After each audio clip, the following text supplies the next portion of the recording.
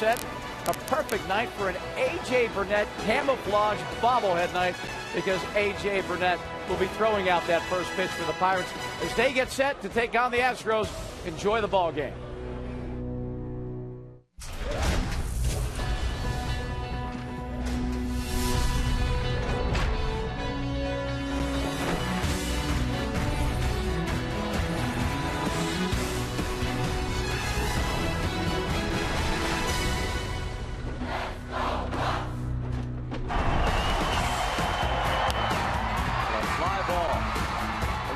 Extra innings. Oh no, the Pirates win it! The Bucks win it! They drop the ball in the collision in the outfield. The Buccos win it, walk it off, 5-4. An unusual ending, but a positive result for the Pirates last night. Looking for good results again tonight in Game 2 on a gorgeous night in Pittsburgh. The Astros in town for interleague play. Hi again, everyone, with Steve Blass. I'm Tim Neverett. Robbie Innsmikowski will join us shortly. A walk-off win, the second one of the homestand. Certainly a good one for the Pirates last night. Yeah, the whole game really was kind of a mess, but we tried to give it away. They weren't taking any of that, and they did a better job of giving it away. So a win is a win is a win. The guy who did his best to take it was Andrew McCutchen. 3 hits, including a home run. Yeah, and you know, we've been happy with the activity in the Pirate bullpen all year, but really, this is real happiness. He absolutely crushed that ball. And the interesting thing about Andrew McCutchen is that even when he's slumping and has an 0 for night, nobody's really concerned. He is that good. So he was real good last night, and the Pirates did come away with a W. A couple of former teammates going at it here tonight. In fact, the last 2 opening day starters, Eric Bedard pitching for Houston, the first time he's pitching against the Pirates in his career. Spent the majority of his career in the American League. He's going against A.J. Burnett, the National League strikeout leader. Yeah, they match up, and it's a tale of 2 starters, really. Eric Bedard is struggling. The ERA 6.67, 0-2. Opponents hitting his fastball at a 371 clip. So you get the picture there. A.J. Burnett's been very, very good. Eric Bedard has been struggling mightily. So we'll see how that plays out. Again, no guarantees. It was a tough win last night. A.J. Burnett bobblehead night tonight. He gets the start against the former Bucco, Eric Bedard. Pirates looking for 2 in a row against the Astros and 5 in a row overall. It's been a good homestand so far. A couple of walk-off wins. The Buccos looking for another win tonight here at PNC Park. All on Root Sports is brought to you by Toyota. Now's the time to go places with Toyota. Visit buyatoyota.com for special offers. And by PNC for the achiever in you. Let's go Bucks. This is going to be a very, very popular giveaway. The A.J. Burnett camo jersey bobblehead doll given out tonight. And that's going to look nice in the collection, that's for certain. Fun night at the ballpark. Let's hope A.J. can bobble himself through 7 innings. It's going to be another gorgeous night here for a ball game. 77 degrees. We look out over the North Shore onto downtown. Postcard. 7% humidity, and it's camo weather tonight. Pirates wearing their camo jerseys again. For Armed Forces Day, support of the troops. Armed Forces Day established in 1950 to honor the armed services. And A.J. Burnett is set now to lead the team out onto the field to take on the Houston Astros. And A.J. looking for win number 4 tonight. His record 3-4. He's been involved in some very tight ball games, but he does lead the National League in strikeouts with 72 to go against 19 walks. He's given up just 3 home runs. And first-year manager Bo Porter, 40 years of age, the youngest active manager in the major leagues. Bo will have his lineup like this. Robbie Grossman, switch hitter, will lead off play center field. Trevor Crow in left. Altuve back in the lineup off the bereavement list. Then Castro, Carter, and the veteran Carlos Pena. 281 hitter career against the Pirates in 19 games. Matt Dominguez had a home run last night. He's back at third. Switch hitting shortstop Marwin Gonzalez bats 8th. And former Pirate Eric Bedard, the left-hander, batting 9th against A.J. And the Chevrolet numbers for A.J. Burnett, he's been just fine. He could very easily have more wins than that, but the ERA is terrific. the 9 starts are interesting because in all 9 starts, he has not given up more than 3 earned runs in any of those 9 starts. So he is the kind of guy you want at the top of your rotation. He has the strikeout pitch in his back pocket that has gotten him out of several jams. And that's a big weapon. When you get in trouble, boy, if you can strike some people out, they don't move. Pirates winning 4 straight, 7 of their last 8 ball games. Defensively behind AJ in the outfield. Starling Marte, Andrew McCutcheon, Jose Tabla gets the start in right tonight. Inge, a right-handed bat at third. Gabby Sanchez, a right-handed bat at first base. And Martin behind the plate. So Inge in there to play third base tonight with a left-handed hitter, Alvarez, coming off the bench. Yeah, and Brandon Inge is a very capable major league veteran. He plays third base. He plays wherever he plays in a very sure, confident manner. So no problem with Brandon Inge in the lineup tonight. And keep this in mind also, Tim, that only 3 teams in the major leagues have better win totals than the Pittsburgh Pirates. The Yankees, the Rangers, and the Cardinals. Only 3 have compiled more wins than the Pittsburgh Pirates. So far, so good, with a record of 25-17. Pirates start tonight second place, 2.5 games behind the Cardinals in the Central. They're a season high 8 games over 500 at 25-17. Here's Robbie Grossman, former Pirate prospect, went to the Astros in the Wandy Rodriguez deal at the end of July last year. He takes the ball outside, and we are underway.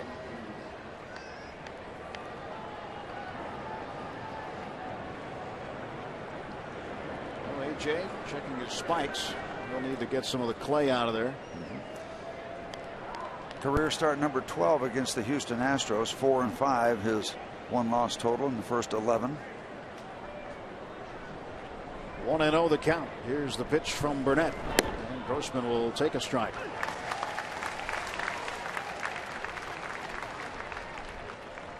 Against the Astros, 4-5, but 2-0 last year at 4 starts. Both of his wins against Houston coming in Houston at Minute Maid Park. And there's a breaking pitch for strike 2. They expect to see a lot of the curveball from A.J. Burnett. A lot of the curveball and the curveball downstairs. When he misses with the curveball, it's in the dirt. Now, that's a little bit of a problem for a catcher, but he doesn't miss upstairs. That's good. Ground ball to short. Jordy Mercer handles it. 1 out. Take a look at the umpires for tonight's contest. I always like to get to them early because the home plate umpire will be a factor. C.B. Buckner in back of home plate. And then Todd Titchener, Clint Fagan, and the crew chief, Dale Scott. And I bring that up because even though A.J. Burnett has been around a long time, and Eric Bedard, they have to find out what kind of strike zone C.B. Buckner has. They have to work off his strike zone, and that's a factor as you move along. What kind of calls you get, what kind of calls you don't get. Trevor Crow, the hitter, the left fielder. J.D. Martinez started in left last night. Crow finished the game there. He's a switch hitter, batting left-handed, takes the ball. Now for you, when you would get on the hill as a pitcher, second, third time around for a particular umpire, did you notice differences in how the balls and strikes were called? In other words, did you get the corner on the outside one game and maybe not another? Oh yeah. But each game is different, and you got to find out what's happening that particular night, and you lean on it. You get in that outside corner with the slider, you just keep throwing it, and you creep out. You push the envelope a little bit and see how much of a strike you're going to get if it's off the strike zone, off the corner. Keep pressing them. See what you can get away with. 2-0 pitch. And he's inside again. 3 balls and no strikes to Crow. Along with other statistics, A.J. Burnett's control has been good. He's 3-0 here, but through the first 9 starts, 19 free passes. Good stuff. And the ratio between the walks and strikeouts, outstanding. Outstanding.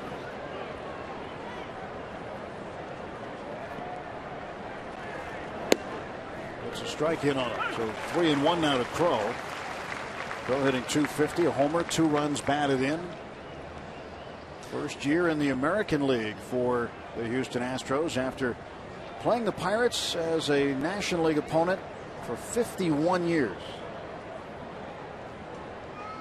Wind in the 3-1 from Burnett. And that's ball 4. Every time I look down there when Trevor Crowe is hitting and Russell Martin is catching, I can't help but think Russell Crowe. I just can't help it. Well, there's the Russell part. Yeah, he's doing just fine. And there's the Crowe part. Okay, I got separation. Yes. And there's also Dave Clark over there. Where's Maximus the Gladiator? Yeah, that's right. Dave Clark, first base coach, formerly the third base coach in Houston. Former Bucko, current good guy. Jose Altuve, last year an all-star, bangs this one into left field, a base hit. Crowe is going to take a big turnaround second and stop there. Altuve just back off the bereavement list, activated today. Jake Elmore, who started at second base last night and was involved in that game-ending play, was sent back to AAA today. Altuve just keeps on hitting. He's a good one. He's a very, very good player. And the Astros were able to manufacture a run in the first inning last night with a leadoff double and then a couple of sacrifice plays to get a run in. AJ with two men on behind him, one out. Jason Castro, the hitter, the catcher. 237 average for Castro. See Martin looking over at the dugout to see how they'll handle the base runners. That's where the signs come from to control the running game. And the pitch in for a strike to Castro. A good AJ Burnett curveball. I think you're right, Tim. We'll see a lot of those throughout the evening. 3 home runs, 10 runs batted in for Castro. Last night he had an RBI with a sacrifice fly, but went 0 for 2 with a walk otherwise. Another breaking ball. See, that's the backdoor curveball. It starts off the plate, picks up the outside corner. Classic example. Chicks dig the curveball. Yeah, that's the answer. I had a slider. That was the problem. You know what? You were just a man ahead of your time. Well, no, I didn't have the curveball. No balls, 2 strikes to Jason Castro. Does he come back with a heater here, or does he continue to throw the hook? Runners off first and second. And a bouncer toward first, foul, picked up by Gabby Sanchez. Now you got somebody 0-2. You've got options. You can tease him with the fastball and come back with another hook and throw the hook and keep him wondering where the fastball is when you're going to get that. It's a good place to be for a pitcher. 0-2. 36-year-old A.J. Burnett. He's seen a lot in this game. Got over 2,000 strikeouts. He's got a no-hitter under his belt. He's working hard to keep those cleats clean. You don't want them loading up with so much clay or whatever they're using these days, and you slip. You want to get that good traction, so keep the spikes exposed. 0-2. Castro takes inside. 1 ball, 2 strikes. Fastball. It was funny last night, Steve, with so many games against Houston being a divisional opponent recently up until this year. I had to remind myself several times last night when we were working on radio that this is actually an interleague game. Interleague game, yeah. I don't even think of it that way even now. And the Pirates have had tremendous success against Houston, whichever their league in this ballpark. 1 ball, 2 strikes. To center field. Here comes McCutchen. He'll play it on a hop. And the Astros will have loaded the bases with 1 out. They had to wait. Crowe had to wait to make sure that ball was going to get down in the grass in front of Andrew, because Andrew is capable of coming out of anywhere and making a catch. And that's the reason they had to hold him up at third base. There's the curveball once again, kind of in that middle part of the hitting zone, and it is hit.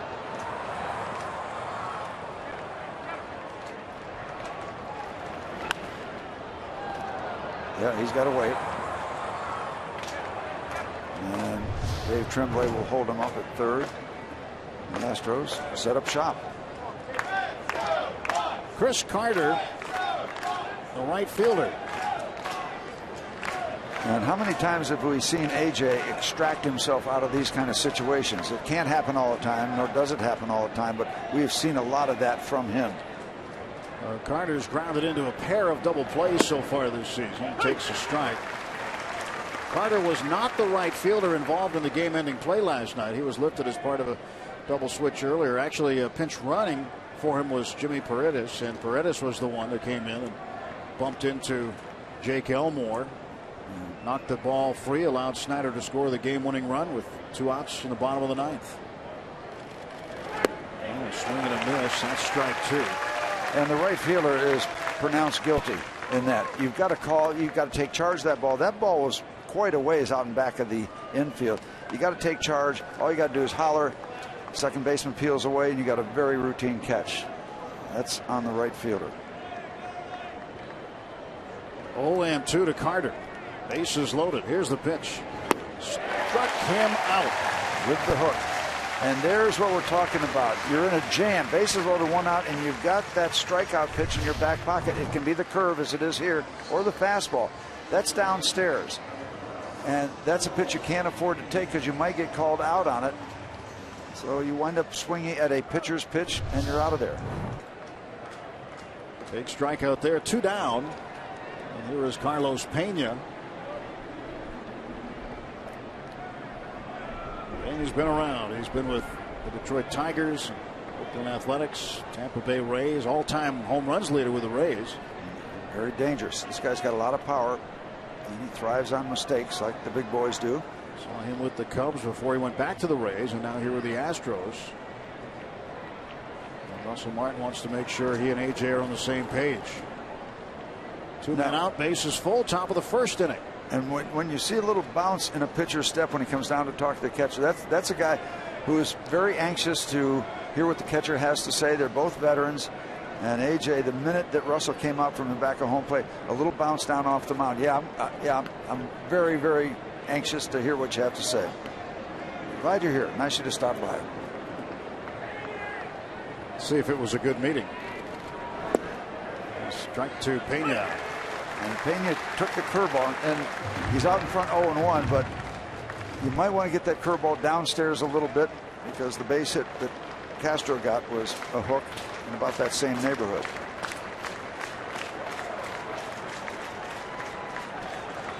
Burnett's 0-1. Well, you know that fastball is coming right there because you saw Russell Martin slide over. And early indication that AJ's throwing the ball where he wants to. Russell really moved way in toward the batter, and that's where AJ delivered it.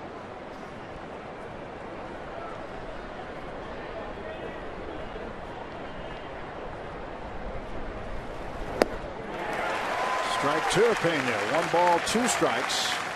And there's the 0-1-2 pitch. High inside fastball, low and away curveball. Nice sequence. After the fastball up and in, the hook out of the way. Well, Burnett trying to get Pena and get the Pirates to the bat rack for the first time today. 1-2. Got him. Gets away. And Russell Martin will throw down to first base. Strikeout 2-3 to put out. And A.J. Burnett wriggles off the hook. Astros leave him loaded. No score after a half inning. Pirates. The lineup brought to you by Toyota. Marte, then Jose Tabata, Andrew McCutchen, Gabby Sanchez, Russell Martin. 10 multi-hit games for the Bucs catcher since the 18th of April. Brandon Inge, followed by the switch hitter Neil Walker, Jordy Mercer, and A.J. Burnett. An all right-handed hitting lineup facing Eric Bedard. Yep, this will be his 11th major league season, and so far this season things not going as well as Eric would like to have him go. An ERA of over 6.5.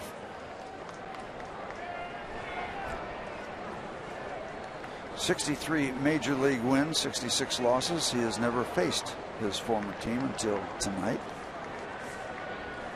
Oh, Bedard in an Astros uniform, pitching on the PNC Park mound, delivers strike 1 to Marte. And now he has pitched against the Pirates, spending the majority of his career in the American League, all but 24 starts last season with the Pirates. He had never pitched against the Pirates, the Astros, or the Reds. Those are the only 3 teams in Major League Baseball he hadn't pitched against prior to tonight. Missed the Reds when he was with the Pirates. Missed the Reds and the Astros. Yeah. Just the way the rotation went. And for 24 starts, you figure he would have seen one of those 2 divisional teams, but he did not. See, I was already thinking the Astros are an American League team. It's still hard to swallow.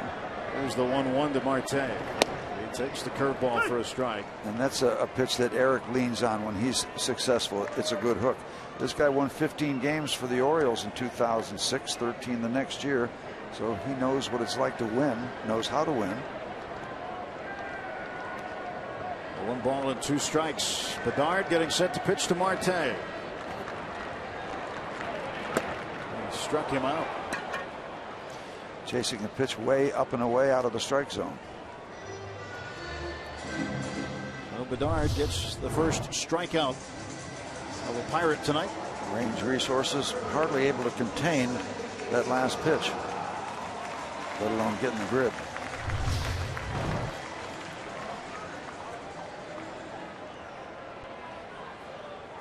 Marte giving the scouting report to Russell Martin and Gabby Sanchez. Yeah, saying don't swing at the high outside fastball. There's Tabata. Jose takes a fastball for a strike.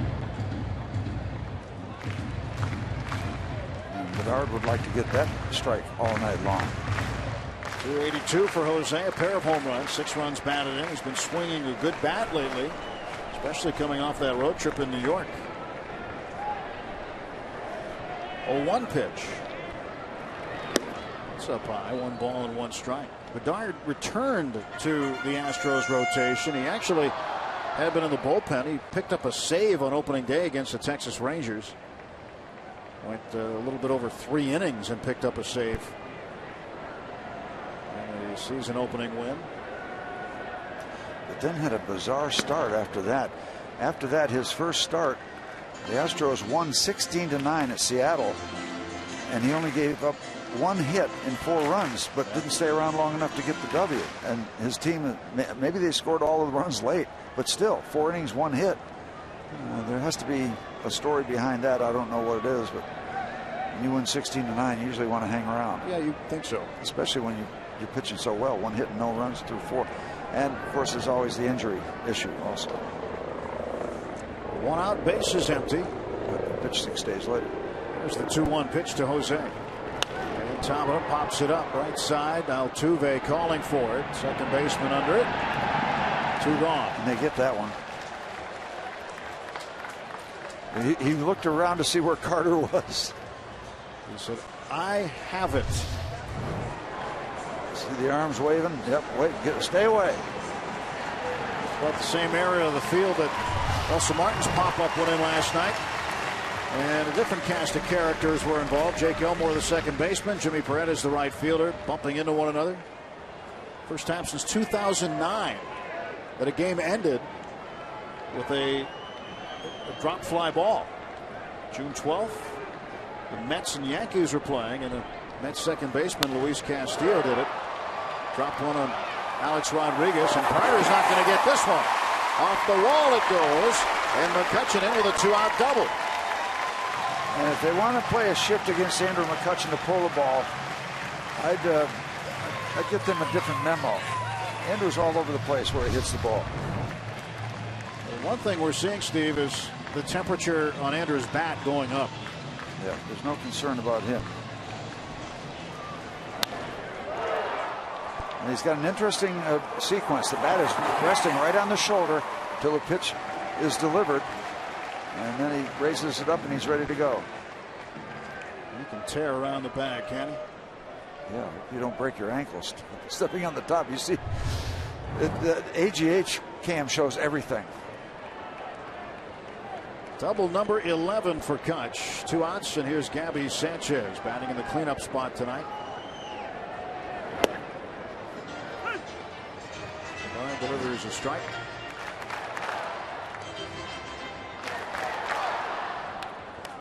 Bedard with the Orioles, Mariners, and Red Sox before coming to the Pirates, and now back in the American League with the Astros.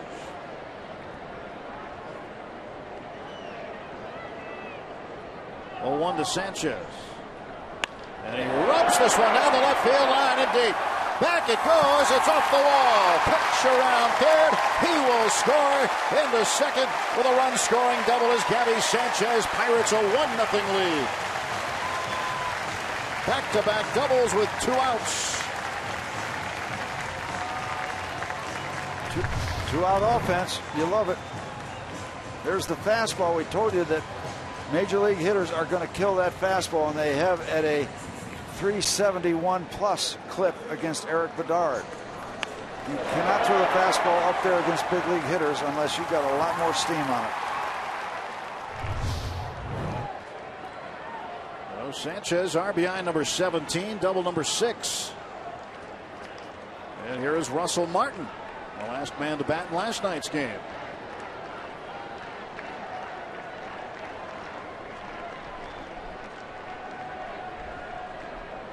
Martin hitting .279. His average continues to steadily climb. 6 home runs for Martin. He has knocked in 12. Was 2 for 5 in the game last night.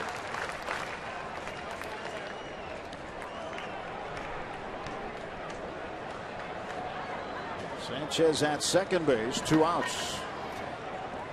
And just reviewing that Gabby Sanchez double, good chance it wasn't the fastball at 78 miles an hour, but sure wasn't a hittable spot. You don't want to live upstairs in the middle of the strike zone, but we'll take it. To right field, right into the glove of the first baseman Carlos Pena, taking a base hit away from Russell Martin. Bucks get a run on 2 hits, leave a man. It's 1-0 after 1. Here at PNC Park, the Pirates have a 1-0 lead. I'm Robbie and Smikowski. Well, today was a special day for part of Pirates territory down in Wheeling, West Virginia, as the Pirates are able to open up another field for people with disabilities in the J.B. Chambers Baseball Complex in Wheeling, West Virginia. It's a field made of synthetic surface, making it possible for children and adults in wheelchairs or walkers or with any other special needs to be able to play the game of baseball. Garrett Jones and Mark Melanson were on hand, along with Pirates President Frank Coonelly. Greg Brown and John Wayner emceed the event, and they also did a little bit of play-by-play. Always a special thing when you can see children and adults with disabilities have the ability to play the game of baseball. Pirates Charities was able to fund the field, the 5th time they have played a vital role in constructing a baseball field. And I've seen this happen many, many times, guys, and it never fails to be anything other than a special moment. And Mark Melanson, the word he used to describe it was humbling. He also tweeted a picture from his day down there in Wheeling, West Virginia today. So a day well spent, and obviously very generous of those guys to spend their time down there this morning at 10:30 as well. Absolutely. The Pirates Charities has done so much in helping to construct multiple fields in the region, also in their southern home in Florida, the Minnesota Miracle League between Bradenton and Sarasota, Manatee County. And the bottom line of all this is these are the kids that have been told time and time again, you can't play ball. And now they can play ball. Simple as that. It's just wonderful. 0-2 to Matt Dominguez, the third baseman. I remember you and I and Greg at the opening of the Cranberry Miracle League field a few years ago. Yep. What a great event that was. You know, Sean Casey's involved in the one in the South Hills. We went out to get that one going. Out in Murraysville last year. Yep. And now Wheeling, West Virginia. 1-2. Tapper down to third, foul.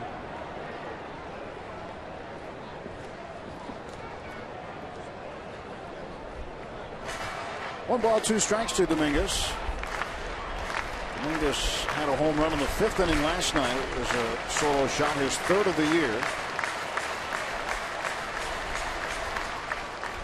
And the Parrot back at it, Steve. Well, he's to be disciplined soon. He told me he's going to get a hot dog in the booth here for you pretty soon. 1-2. Got him looking. Strike 3. 3rd strikeout for Burnett, and his 3rd one in a row.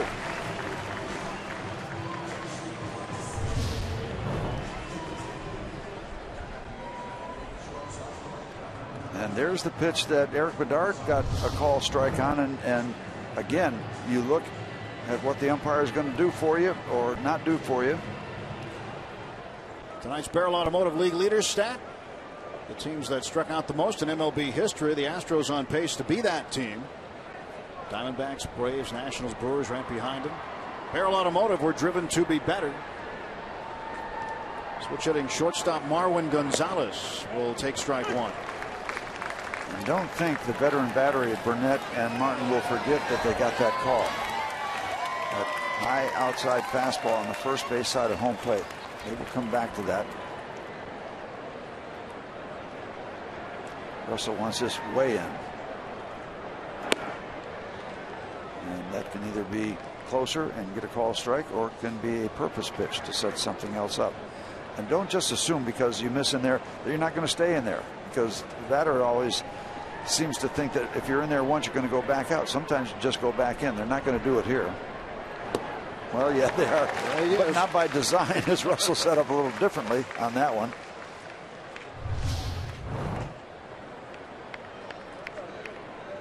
That almost hits him as he swings at it. The same exact spot as the second pitch. Yep. Completely covered up the circle that showed where the second pitch was. Now the 1-2. Fouled away. 1 for 4 last night was Gonzalez. He was among the leaders in home runs from American League shortstops. He is tied for 4th in that category. He's got 3 of them. And as a starting pitcher, you look for what's working for you on a given night. AJ has found the curveball early. AJ's 1-2 to Marwin Gonzalez. Popped him up. Shallow left. Out is Inge. Here's Marte. He calls him off. And that's what you do. Number 2. Take charge of the play. Pirates will take on the Astros again tomorrow afternoon at 1:35. And all kids 14 and younger will receive an A.J. Burnett replica camo jersey, just like the one he's wearing tonight. Thanks to Chevrolet. Come early for the #1 Cochran Family Fun Zone on Federal Street. Stay after when kids get to run the bases. For tickets, go to Pirates.com.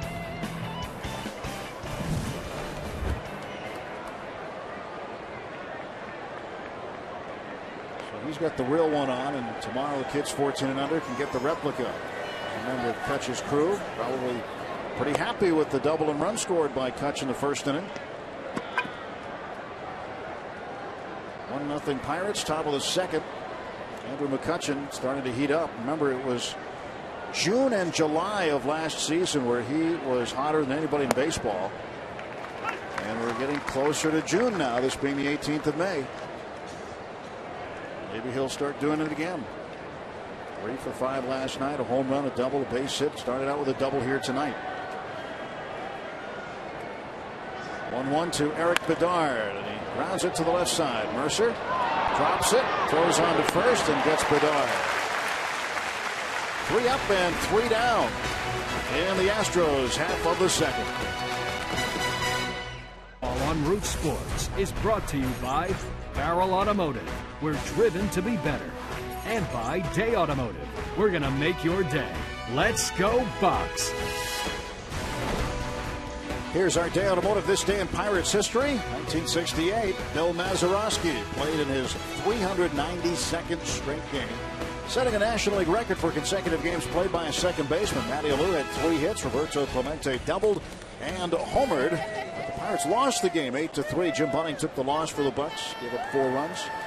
4 2/3 innings pitched. Thanks to Day Automotive, we're going to make your day. Eric Bedard pitching to Brandon Inge to start the Pirates half of the second inning. 1-0 Bucks. Inge batting .240, looking for his first homer. Driven in 3. Inge and Bedard have seen each other before, with Inge spending considerable time in the American League.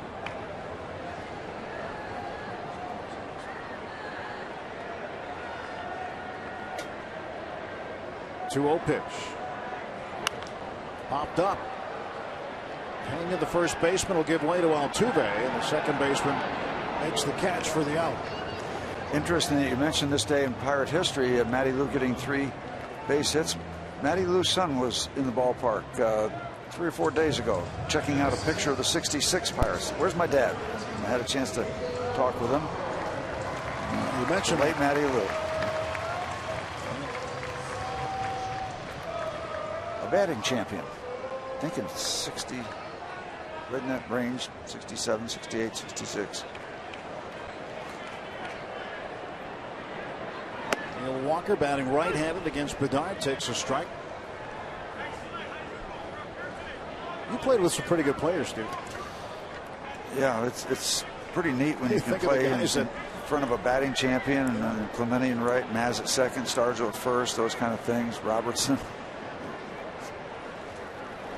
The Pirate farm system really was smoking, even from the middle 50s on up through, and really blossomed and sent out a lot of good talent. Fun year, 71.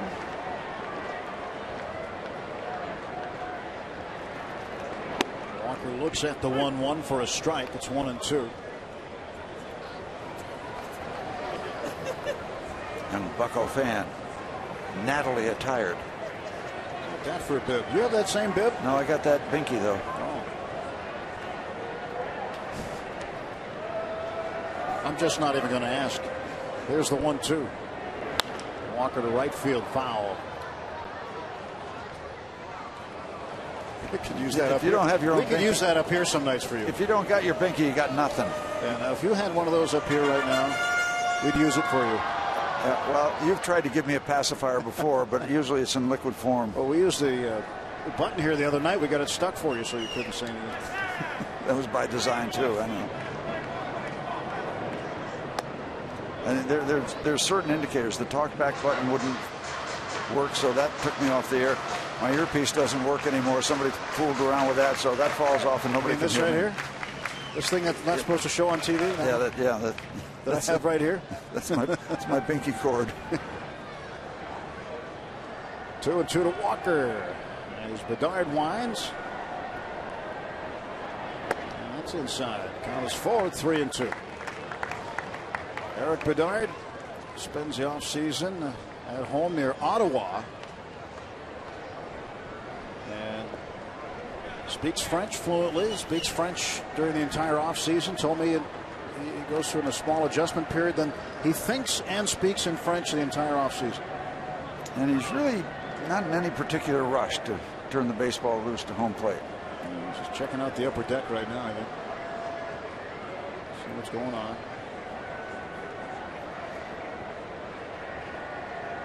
Payoff pitch coming to Walker. And Neal hits one well to left field. Going back on it is Crow. And he will settle under it and make the catch. Out number 2. That ball is going to have a lot more carry. It's you get fooled so many times in this big left field. They're concerned. It's a little trailing wind. That big outfield just ate that ball up. I thought Neal got a lot of it. Sounded good off the bat, but he just kind of hung up there in that deep left center field.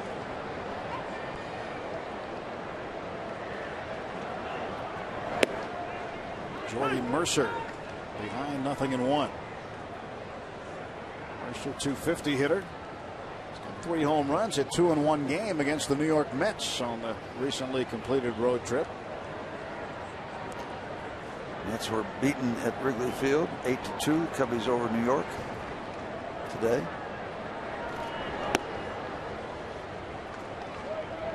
Yeah, how about Cincinnati? Put 10 runs on Philadelphia today, shutting them out 10-0.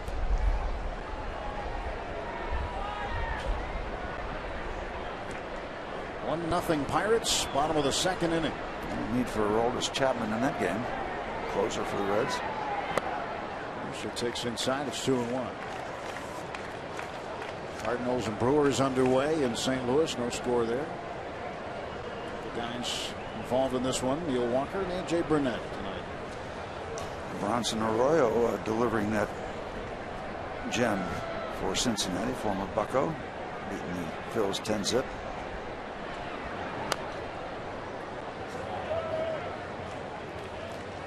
Jordy Mercer had those 2 home runs against the Mets, first multi-home run game in his career, and shortly right after was sent back, and the Pirates activated Neil Walker.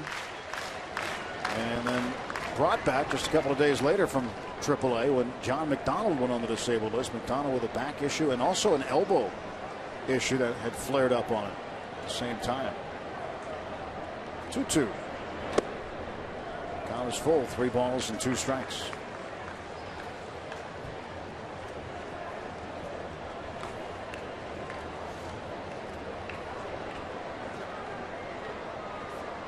Jay Burnett in the on deck circle. 3-2 pitch. And Mercer to right field, right at Carter. And the Pirates retired in order in the second. We'll head to the third at PNC Park. 1-0 Pirates.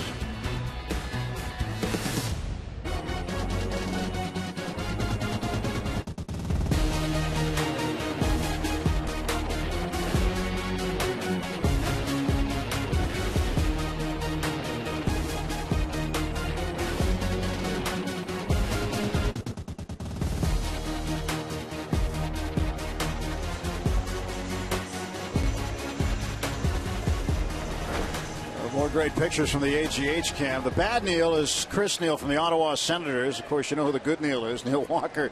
Sens and Pens. Game 3 in Ottawa tomorrow. There is the good Neil. Penguins have a good Neil too. James Neil. Spelled differently, but it's pronounced the same. We are family. That's a nice last name. I'll bet the number 79. Should be. Top of the order for the Astros, Robbie Grossman. 1-0 is in the dirt.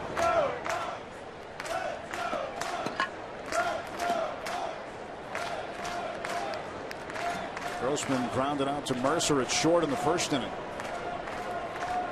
Switch hitter batting left-handed. And he takes a ball outside again. There it is. Yeah. Yep. 79. I'll tell you, that 79 team, when you saw them come through an airport, it looked like an NFL team. Those are some big fellows. Strike called. Grossman thought it was a ball. Willie Stargell, Dave Parker, Candelaria. Folks, there's that pitch again we're talking about, that high fastball that C.B. Buckner is saying it's good enough. And he walked it. So the leadoff man walks in the third. Prior to the game today, lots of fans gathered around the warning track for Team Photo Fest. So they got a chance to meet and take photos with their favorite Pirates players. Neil Walker shaking hands. Francisco Liriano posing for pictures, and Clint Hurdle with an autograph. Starling Marte, Pedro Alvarez. The whole team taking part in the Fan Photo Fest earlier today. Great day for the fans. Bring out the cameras up close and personal. How about that ball Pedro hit last night? That was not up close. But it was personal. 462 feet. One bounce cleanly into the river. And we thought McCutcheon's ball traveled a long way, 437, and we crank up to 462. And the bounce went further toward downtown than any bounce I've seen on any home run that's bounced and gone into the river. It hit, and now it's way out in here. And one of the boaters that had the boat moored against the Riverwalk dove in to get it. Nobody out. Man at first is Grossman. Trevor Crowe hits a ground ball to Mercer. Flip to Walker for one. Back to first. Safe at first. Took a little too much time to develop with a slowly hit ground ball to short. Grossman is out 6-4 on the force out. I think you're right, Tim. They did everything right. If you're a little quicker, you get the out, but the speed. The ball is hopping and bopping along. The Pirates didn't make any mistakes. They'll just beat it out.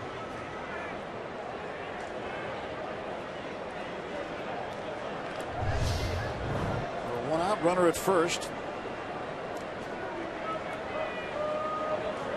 Mercer getting the start at shortstop tonight. Barmas sitting this one out. Second start at short for Mercer since his second recall this year from AAA. Altuve is 1 for 1. Takes a breaking ball outside. Altuve and a base hit to left in the first inning.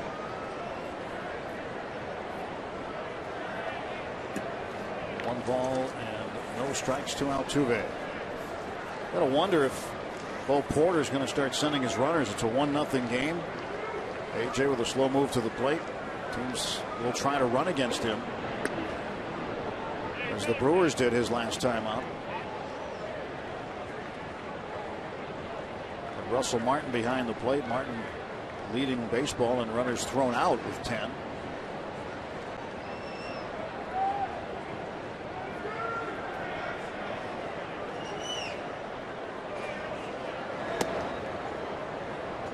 Two balls, no strikes to Altuve.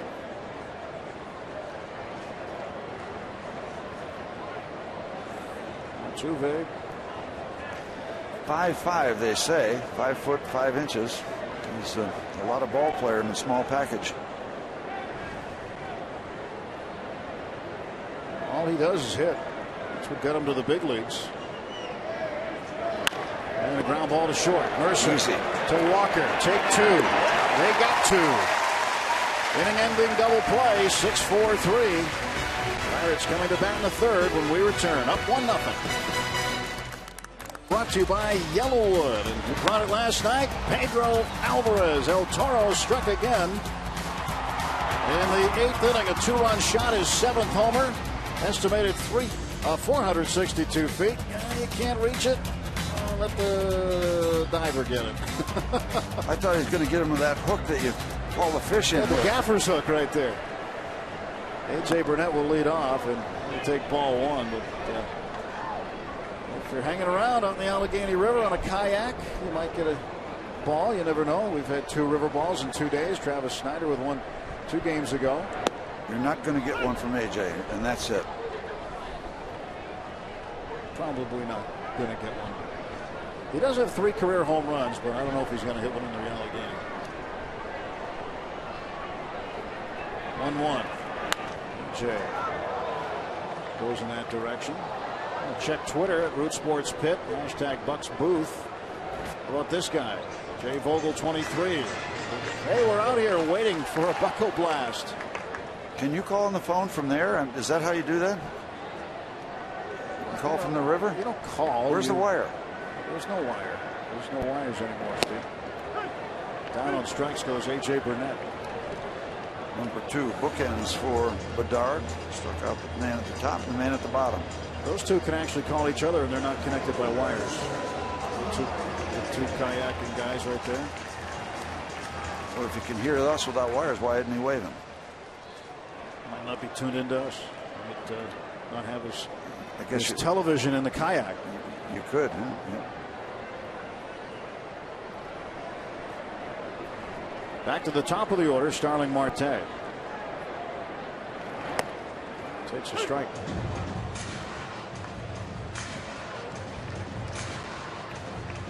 Are we allowed to say when we got the bases loaded and we show the waterfowl out there who said there's ducks on the pond? I guess that'd be stretching.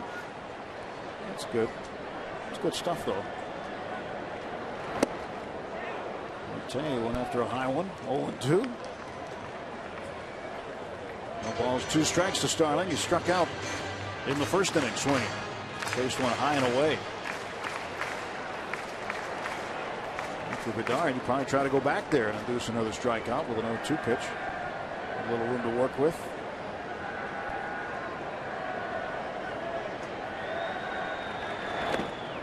And he hit him. So Marte hit by a pitch. MLB.TV celebrates 11 years with new low yearly prices. Watch every out-of-market game live on over 350 supported mobile and connected devices in HD quality with MLB.TV Premium. Visit MLB.TV today. MLB.TV, baseball everywhere, even on a watercraft in the Allegheny River. That's right. Take your TV out in your kayak. I guess those aren't ducks. It looks like Canadian geese or ducks. Or kayaks. I think those are geese. See, they're watching. They're waving at us. Starling Marte hit by a pitch 10 times now. He is second in the National League behind Cincinnati's Shin-Soo Choo, who's been hit 12 times.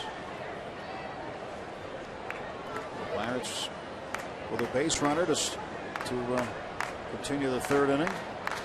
Absolute one out. Gift for Marte from Eric Bedard in the 0-2 count. 1-0 pitch coming to Jose Tabata. Strike one. Still a very legitimate fastball for Eric Bedard after all these years. He said this will be his 11th major league season. Jose has 10 hits in his last 22 at bats. Had 2 doubles on Tuesday night against Milwaukee. Finished 3 for 5 in that game. Way up and in. Little chin music to Jose.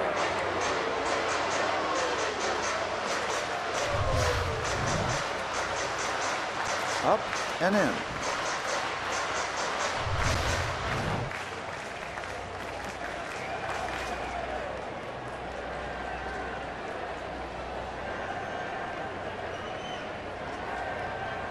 As we said, Bedard very vulnerable to the home run. 7 in his last 4 starts, 9 total among the league leaders. Bedard took a lot off that one. Came in at 77. And Jose out in front. 2 balls and 2 strikes. Tabata tied a career high with 4 hits and 3 RBIs a week ago, Saturday afternoon in New York against the Mets. Also hit a home run and scored 3 times in the game.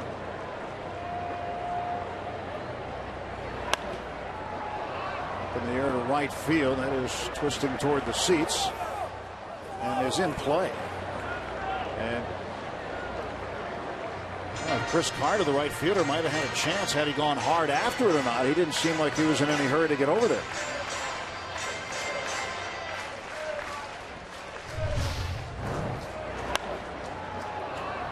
Well, he had a long way to go, shading out toward right center field. He might be a little gun shy.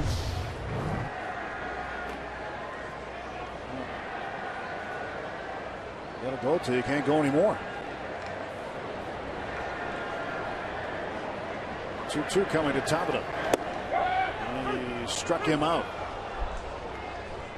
Jose out on strikes. 2 strikeouts in the inning for Eric Bedard, and 3 in the game now. Just locked him up, and they're not able to pull the trigger. Looking for something outside, I believe. Just looked like he froze with that inside fastball. McCutchen doubled and scored in the first. 2 outs. Marte is aboard at first base.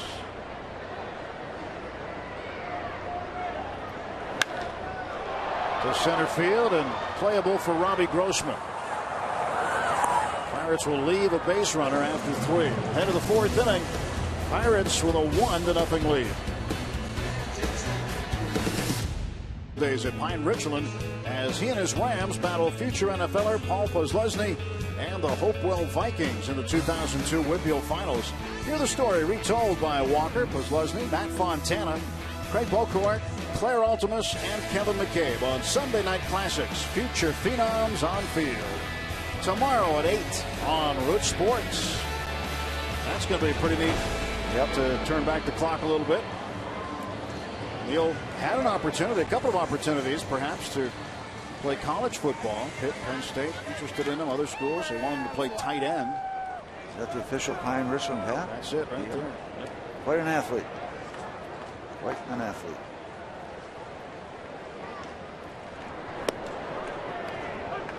Well, Blake Lally, who was just here with the Milwaukee Brewers, also a Pine Richland graduate. His dad, John, was interviewed by Robbie during the game.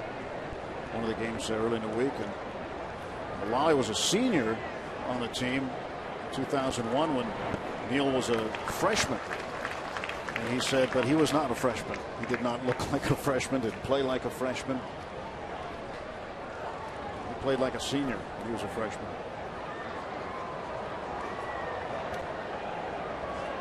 0-2 is the count to the catcher, Jason Castro. And he strikes out. Russell have to throw down there. Number 4. You get the idea as you watch A.J. Burnett, but Russell Martin can throw from any position, no matter how he stands or awkward. It was a kind of a casual toss on to first base, but there's a man right there who is very comfortable behind the plate, very confident, great body control. And they make quite a tandem, A.J. Burnett and Russell Martin. Martin, a Gold Glove catcher. Chris Carter, the right fielder, takes outside. When you look at the chest protector of Russell Martin, you see the Rawlings label. That's the gold label. It signifies that he's been a Gold Glover.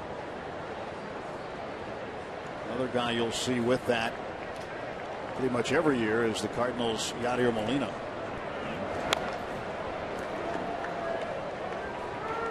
And with him, the whole thing might be gold and just black straps. Yeah. Yeah. He's pretty good too. He's got a bunch of them. Those Cardinals on top of the Brewers 2-0 in the 3rd inning, by the way. Strike is called to Carter. Count 1-2. 1 out, bases empty. A 1-0 lead for the Pirates. Back-to-back 2-out doubles by McCutchen and Gabby Sanchez plated the game's only run. By the way, we did have another real good catcher that stopped by, bought us a sandwich or two from the barbecue. Manuel de Jesus Sanguillan, all-star catcher. Manny was up here. Great career. Great friend of everybody that knows baseball in Pittsburgh. We bring you the pulled pork sandwich with the pierogi in it. Mm-hmm. Yep. Right there. Call. Strike 3.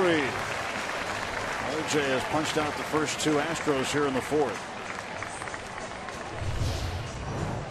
Carter for the 2nd time. There's that high outside fastball again. Carlos Pena will face Burnett now. And Pena was a strikeout victim in the 1st inning. 5 strikeouts for Burnett.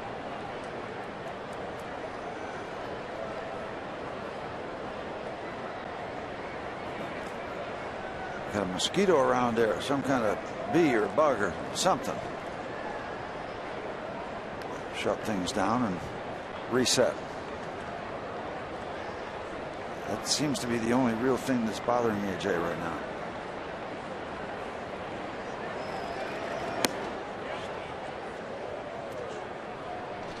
AJ would like to get that call. On the note of Pena. Just curious, that first pitch. Yeah, I was thinking he might be able to get it, but he didn't. Not that one either. 2-0.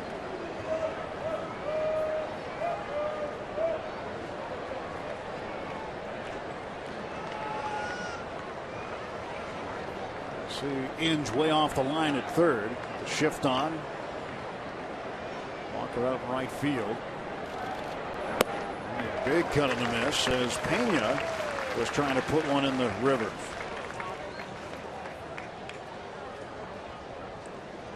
Well, maybe hit it downtown. I mean, literally downtown. That used to be the old common expression for the home run. You went downtown. Well, downtown's a long way away from here.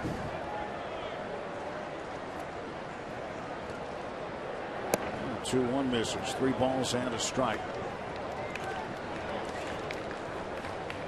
With a good current, Pedro could have got a floater over there, downtown area. And there's your postcard, day or night.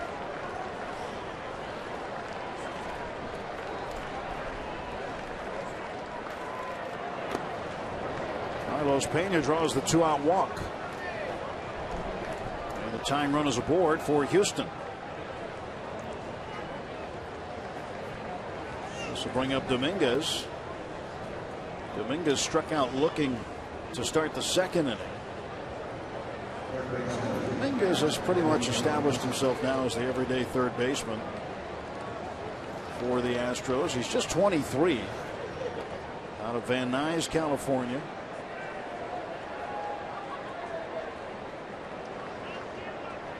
And he was involved in the deal for Carlos Lee last 4th of July. That sent Lee to the Marlins. And Dominguez came back, and he has been a contributor at the hot corner. Strike one call. And Russell might have purchased that call also. Good catcher will help. He'll bring the pitch in. He won't jerk it in. He just kind of that kind of easy motion to try to just get it back in and convince the umpire that it was heading that way. 0-1. And a bouncer right to Neil Walker. Takes care of that. No runs, no hits, one left through 3.5. AJ and the Pirates with a 1-0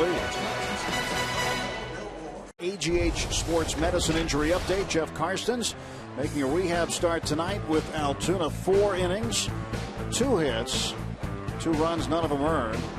And he's walked 2 and struck out 4. 62 pitches for Jeff Karstens as he continues his road to recovery. Injury update brought to you by our friends at Allegheny Sports Medicine, official medical provider of the Pirates. Saw Jeff doing some long toss a couple of days ago, and he looks like he is pretty healthy and getting closer to returning. Abby Sanchez takes a strike. It's 1-1. Happy to report that all went well with the Community Day Parade in Upper St. Clair today. Great turnout. A lot of fun. Got to ride in a real fancy car. Throw out a lot of candy to the kids along the way. A lot of fun. With a convertible and the whole deal? Oh, yeah. I was sitting up there pretty strong in that Beamer. Every dentist in the South Hills happy to see all that candy being distributed. Sure. Just contributing to the local economy as Mr. Blass. Help out all those poor dentists in the South Hills. Is that what you're trying to do? Doing what I can.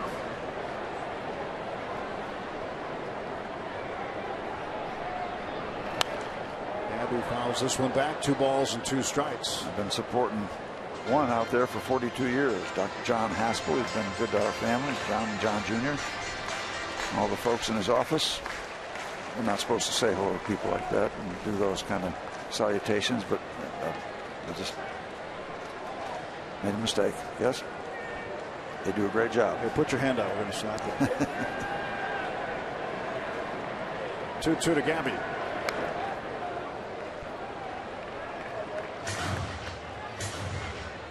I think Steve Blass has found out over the years it's easier to ask for forgiveness than permission. Yeah. Well, just sometimes it just slips out and gets out there. But wind up making a lot of friends living in the same neighborhood 42 years. A lot of Pirate fans in the parade route today. A lot of Pirate fans. Sanchez fouls off the 2-2 pitch. Speaking of a lot of fans, there is a lot of folks in this ballpark tonight. Really great turnout after last night's crowd of over 29,000. How about that look? That's pretty. Well over 30,000 in here tonight. Great shots. This is just a gorgeous place. That's all. It's simple as that. Everywhere you look. Sanchez fighting off Bedard here.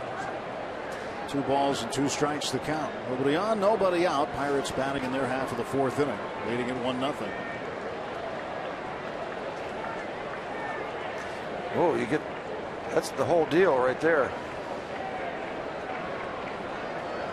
That's the big picture.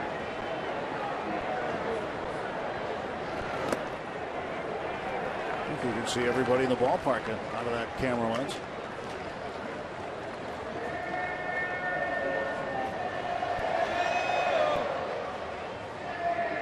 So many times people will get in touch and say, I want to come to your ballpark. I've never seen it. I want to come to a game there. They hear great things. And when they do come, they realize that it's even better than advertised.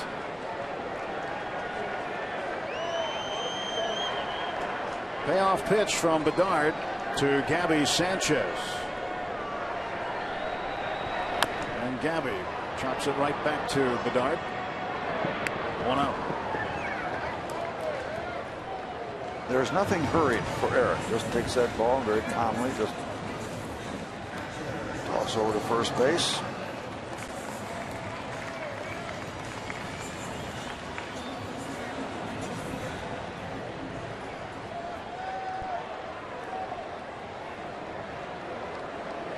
Here's Russell Martin. Martin 0 for 1 tonight. He lined out to Carter in right field in the first. Strike 1 to Russell. You see a lot of the Pirate right-hand batters late on that 92-mile-an-hour fastball that Bedard is getting in there. And as we said, he has been hurt to the tune of about a 370 average with that particular pitch. So it's not that he can't use it, he's just got to get it in good spots. Simple as that. 92-mile-an-hour fastballs will be effective if you're not in the middle of that hitting zone.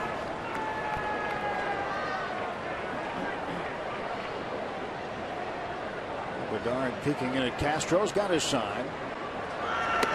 Also running up to bunt, almost ran into the baseball. Yeah, what happens when you're thinking about bunting, your body is almost trying to urge itself to get a quick start and get to first base. So you're leaning in a little bit, and then you get buckled like that. That can kind of break you in half. So Dominguez playing deeper at third. He's going to try to challenge him, but expect him to swing away now. 1-1. 2 balls and a strike.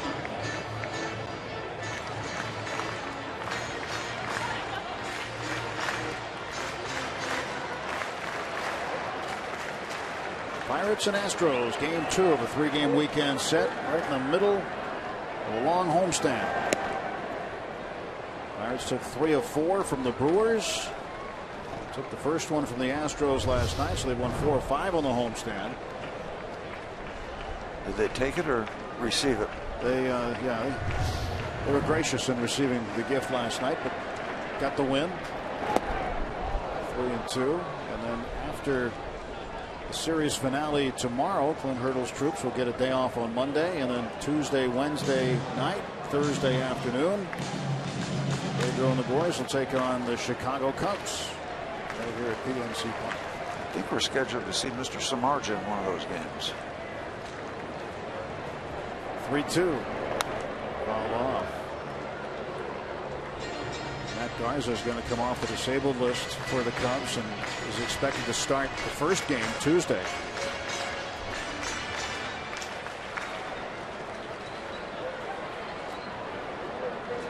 Cubbies winning this afternoon against the Mets.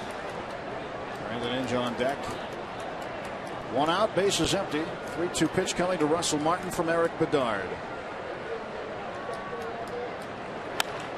This one looped into left center field. That's going to get down for a base hit.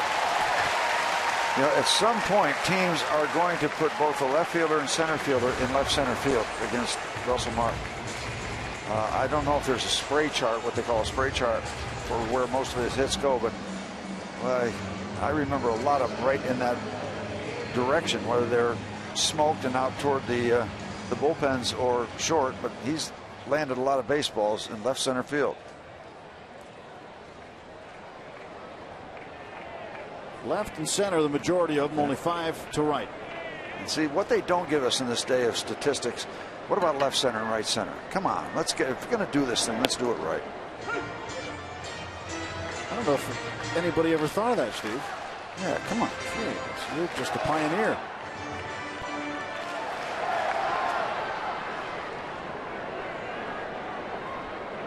I think you've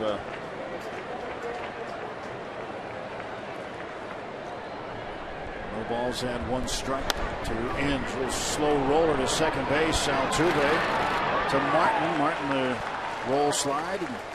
Marwin Gonzalez avoids him, but there will be no double play. 2 men are out.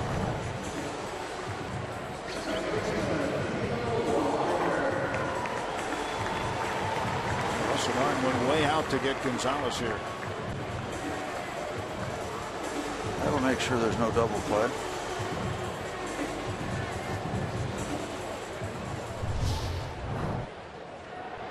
It's like throwing out an anchor going by with that left hand grabbing the base just in case something crazy happened.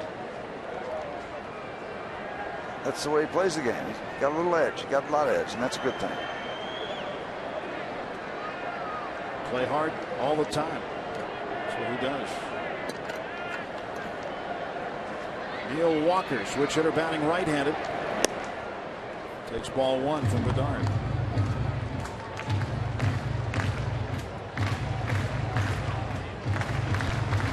Walker's 0 for 1. He flied to left. In the second inning, hit the ball pretty well, but Trevor Crowe tracked it down in front of the warning track.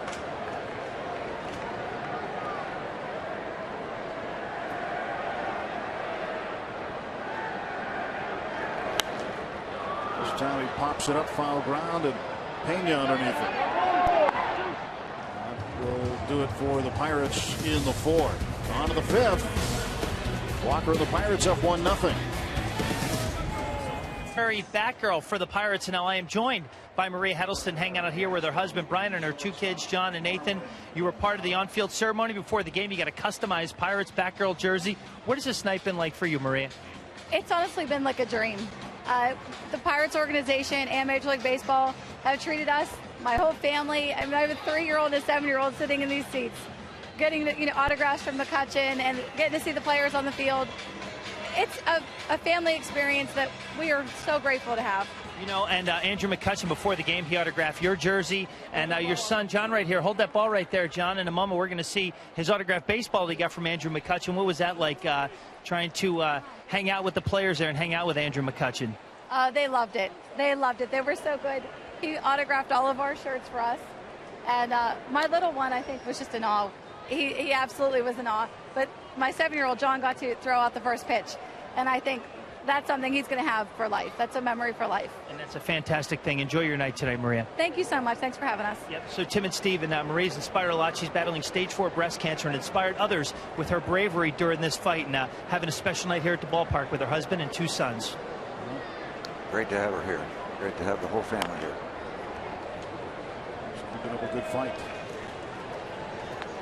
Marwin Gonzalez leading off for Houston in the 5th. Behind in the count 0-2. And Tim, so far the Pirates scored in the 1st, but it's kind of just a trudging along kind of a ball game at this point. Nothing really happening, and folks kind of waiting for the Pirates to do something exciting. This is the kind of climate where the wave will start at some point, because people get a little antsy for action and things to happen. So a lot of people here in the ballpark, but they're hoping the Bucs will get something that they can really get on their feet and get noisy about. And there's time. We're just in the fifth inning. But when they do, they'll make a lot of noise like they did last night. It was high energy Friday night here at the ballpark last night. And after the game, Steve, Clint Hurdle gave credit to the crowd, so the crowd really energized the ball club. 1-2 to Gonzalez. Well, this is supposed to be one of those breather innings where you get Gonzalez and you deal with Bedard, so maybe you get a comfortable couple outs and go to the top of the batting order. Get over the hump of the 5th inning. The Pirates would really appreciate it if AJ could go deep into the ball game, at least 7. They do not have the services of Justin Wilson or Tony Watson tonight. Both their left-handers out of the bullpen are unavailable. So if they can get through 7 at least with AJ, that will set up for Melanson and Grilli. A little early, but you got to think of those things early. It is the 5th, but still AJ has gone at least 7 in each of his last 3 starts, so he has been consistent in that area. And you might want to, if you get a chance, listen to the Pirate pregame show on the radio side tomorrow, because we talked about that very subject to Ray Searage, about the fact that they've got several guys out there, 2 or 3, that can give you multiple innings, 2 innings, and that's a big factor, having guys in the bullpen that can give you more than 1 inning. We addressed that subject. A broken bat bouncer to Walker, who charges. Who's going to cover? Nobody. Well, a miscommunication at first base on a routine ground ball, and Sanchez and Burnett can't figure it out, and Gonzalez is aboard, but he is suffering some ill effects of the play. A lot of traffic around first base as AJ and Gabby Sanchez couldn't decide who was going to cover, and just bounced straight into Gabby Sanchez. Got sawed off. The bump.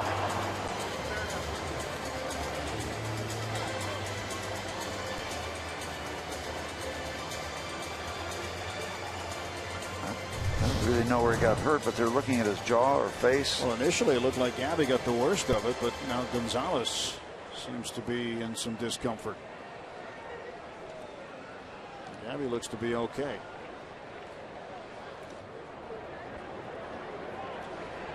Nate Lucero, the trainer for the Astros,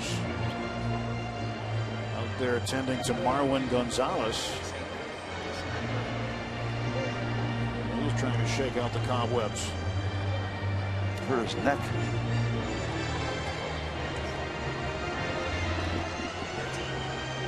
Gonzalez will continue. Take another look at it.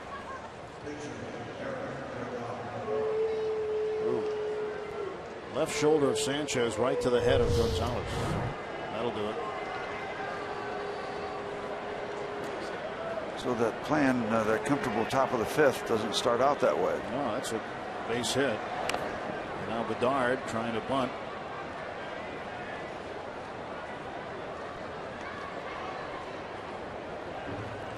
Bedard bounced out to Jordy Mercer in the 2nd inning.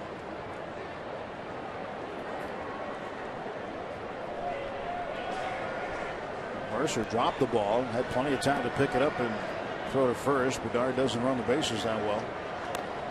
Bedard now with strike 2. And he'll have another pitch to try to get a bunt down here.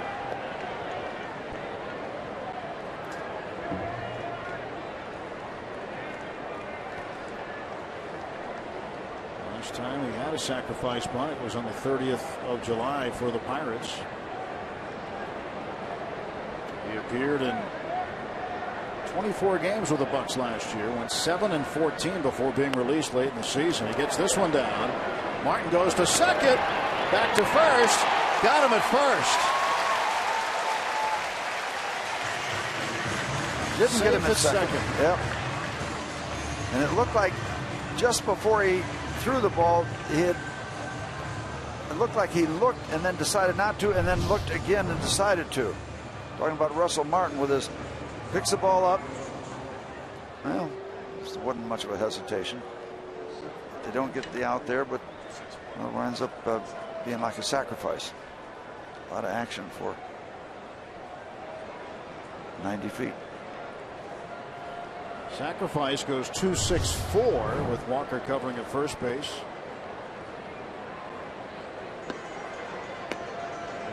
Tying run is in scoring position with 1 out, and the top of the order to up Robbie Grossman.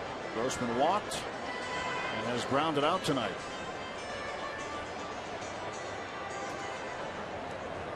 A bit of an unusual sacrifice. Russell Martin threw a rocket down to second base, but Gonzalez just got in there ahead of it.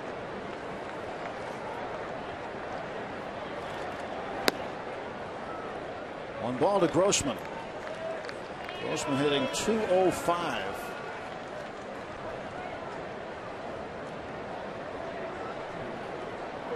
They always keep track of AJ Burnett's pitch count because he strikes out a lot of people. He's walked 3. That will bump it up, and working here in the 5th inning.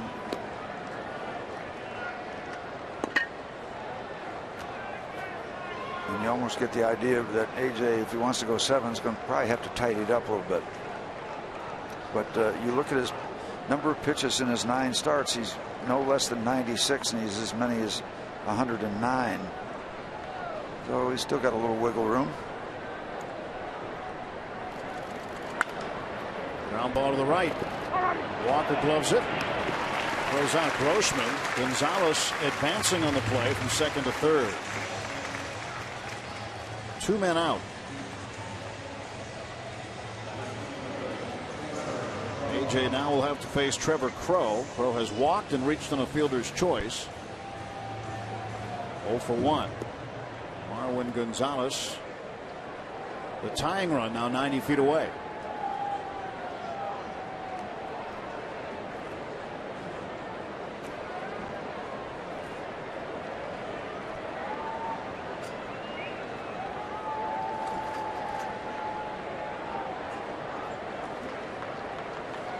Trevor Crow called up from AAA Oklahoma City on the 6th of May. This is his first major league action since the 2011 season, when he appeared in 15 games with the Cleveland Indians. 307 in AAA this year in 30 games with Oklahoma City. 1-0 pitch is awaiting Trevor Crow.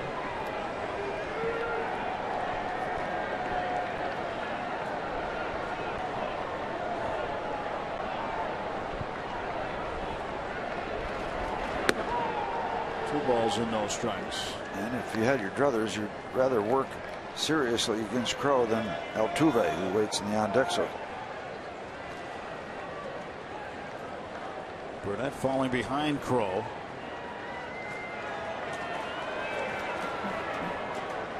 There is Altuve. Altuve is 1 for 2.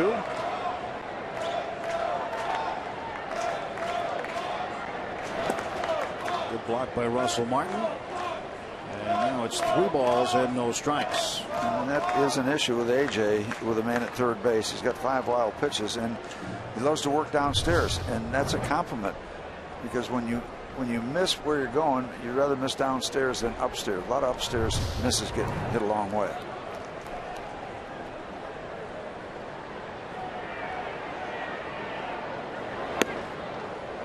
Strike on the inside part of the plate.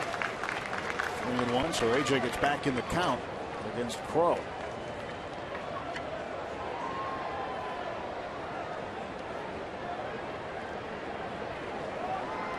Marwin Gonzalez, base hit to start things off this inning.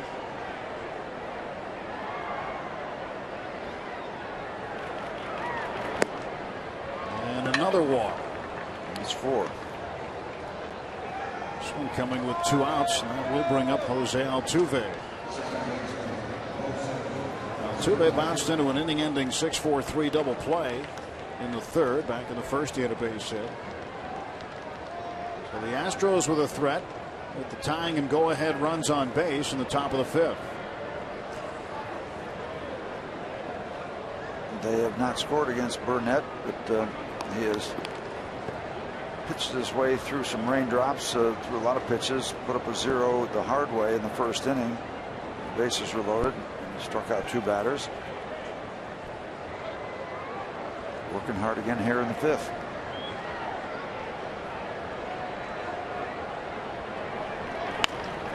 Ground ball to 3rd. Inge tackles it. That's a fair ball. Ball game's tied. Base hit for Altuve. And Brandon got caught in between hops. Sometimes you'll have time to give ground or charge the ball, but that one got to him rather quickly and tried to smother it. Just wound up rolling away. I don't know if he's going to get Altuve anyway. He had to go over to the side and get the ball off the chest.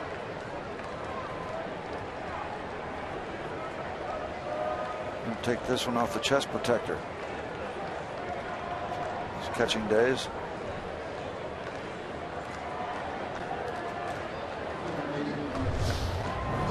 Base hit and a run batted in for Jose Altuve, his 19th RBI. I think he has a play anyway. So 1st and 2nd and 2 men out. It's now a 1-1 game. A couple of infield hits. And the walk didn't help matters much.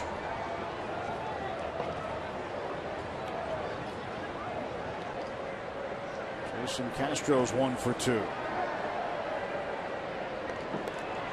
1 run on 4 hits for the Astros, 1 run on 3 hits for the Pirates. 1 ball and 1 strike. That's what AJ hadn't had in a little while, that swing and miss pitch. Hasn't had that since the first 2 men he faced in the 4th.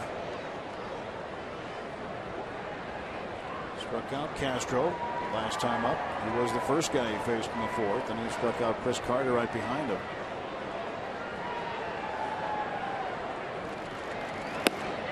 There's strike 2.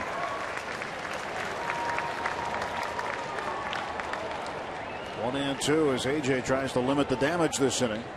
Go ahead runs in scoring position for Houston.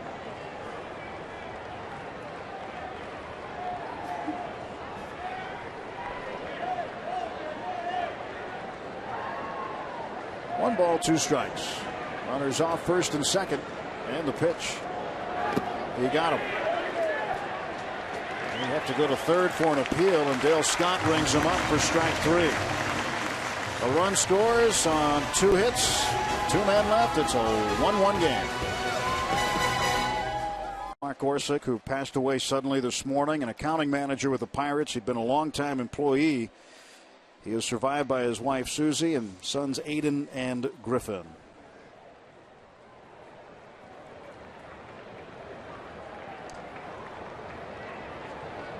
One the score here at PNC Park, bottom of the 5th inning, with Robbie Smikowski and Steve Blass signed Tim Neverett. Jordy Mercer leads off against Eric Bedard and takes up high for ball 1.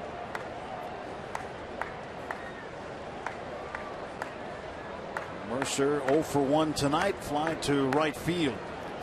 Halfway through the ball game and nobody has taken charge. 1-1. Get to start over. Ball a strike for Jordy.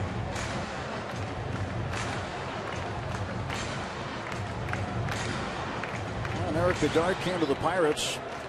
He thought he was in the right place. He had really discovered a love for deer hunting in recent years.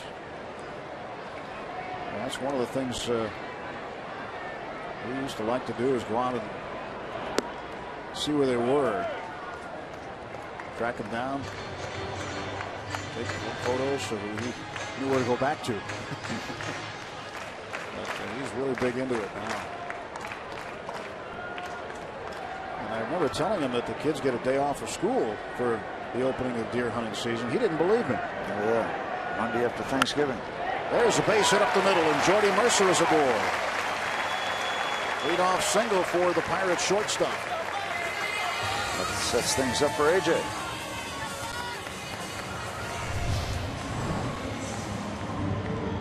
High fastball.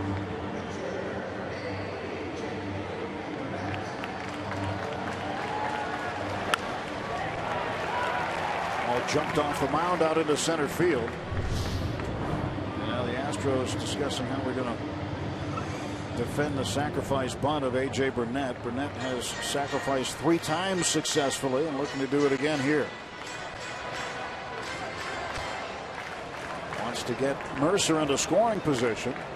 Nobody out. Third baseman Dominguez coming in. And a throw to first, and Mercer back. I think a fishing expedition is really needed here. AJ's going to bunt. I think they know what's going to happen. And why throw to first? Corners crash. AJ swings. Well, you've got the shortstop Gonzalez playing up the middle. And a lot of room on the third base side with Dominguez coming in. Also on the first base side with Carlos Pena charging. Let's see if they do the right thing here. AJ fouls the bunt back, and that's strike 2.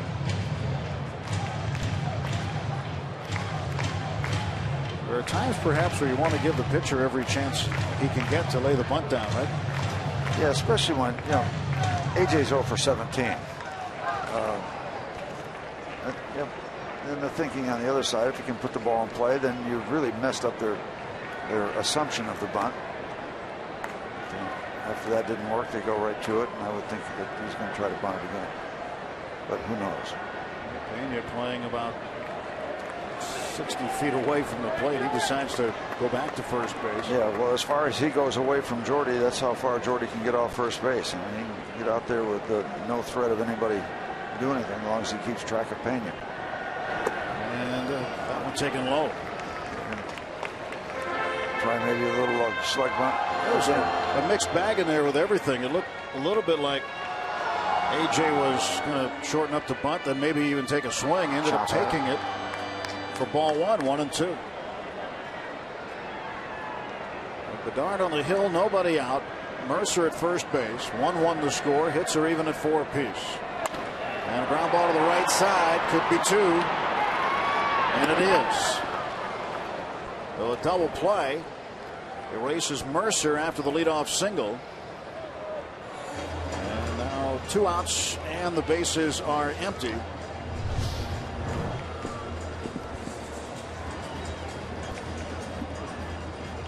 So Burnett grounds into a double play. Instead of sacrificing the man in the scoring position with 1 out, there were 2 outs and nobody on.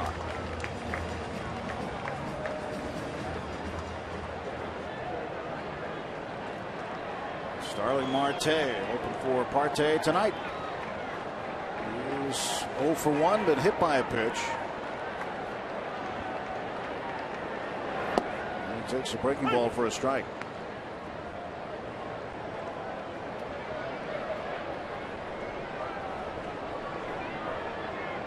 AJ probably disappointed, couldn't help his own cause out offensively.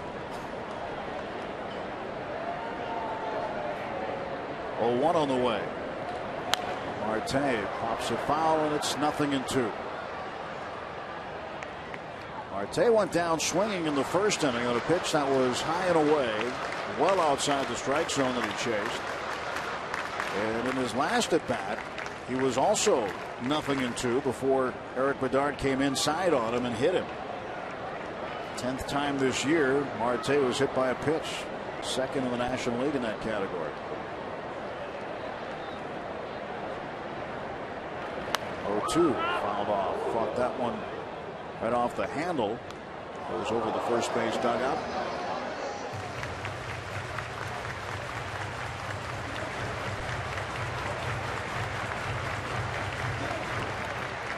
Brewers have taken a 3-2 lead over the Cardinals. They're in the 5th inning. Cincinnati's beaten Philadelphia 10-0 today. Cubs beat the Mets 8-2. 0-2 pitch. And Marte in the air down the right field line. And over to play it is Carter. Carter makes the catch. And the Pirates are done in the 5th. Only 3 men come to the plate. Mercer gets a hit. And that's it.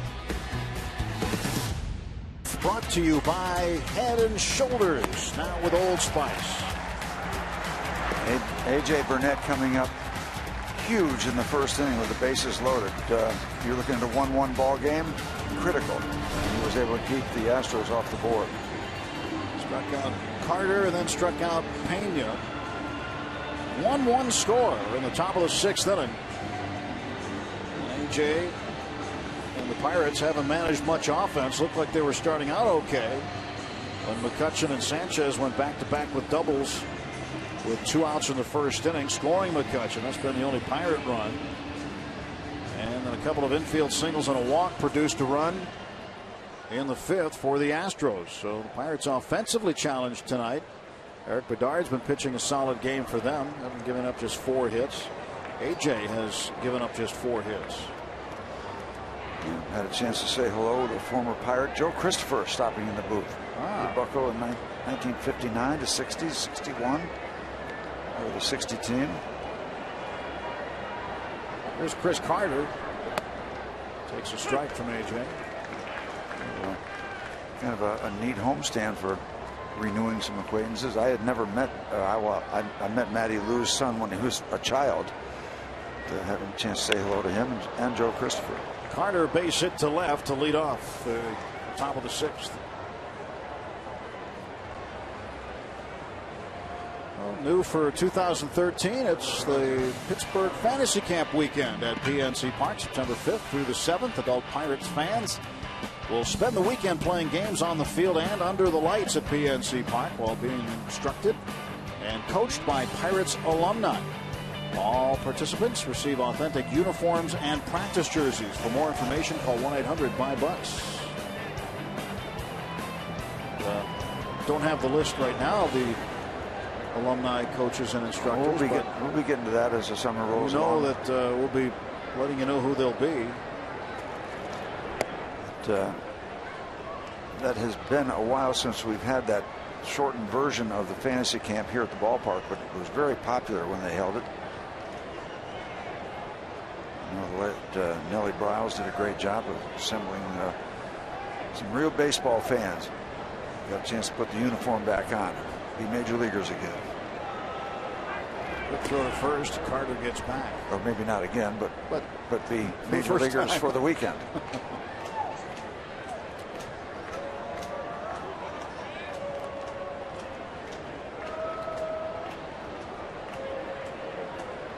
Activity right now in the Houston bullpen. 1-0 pitch. Check swing. Over the Pirate dugout.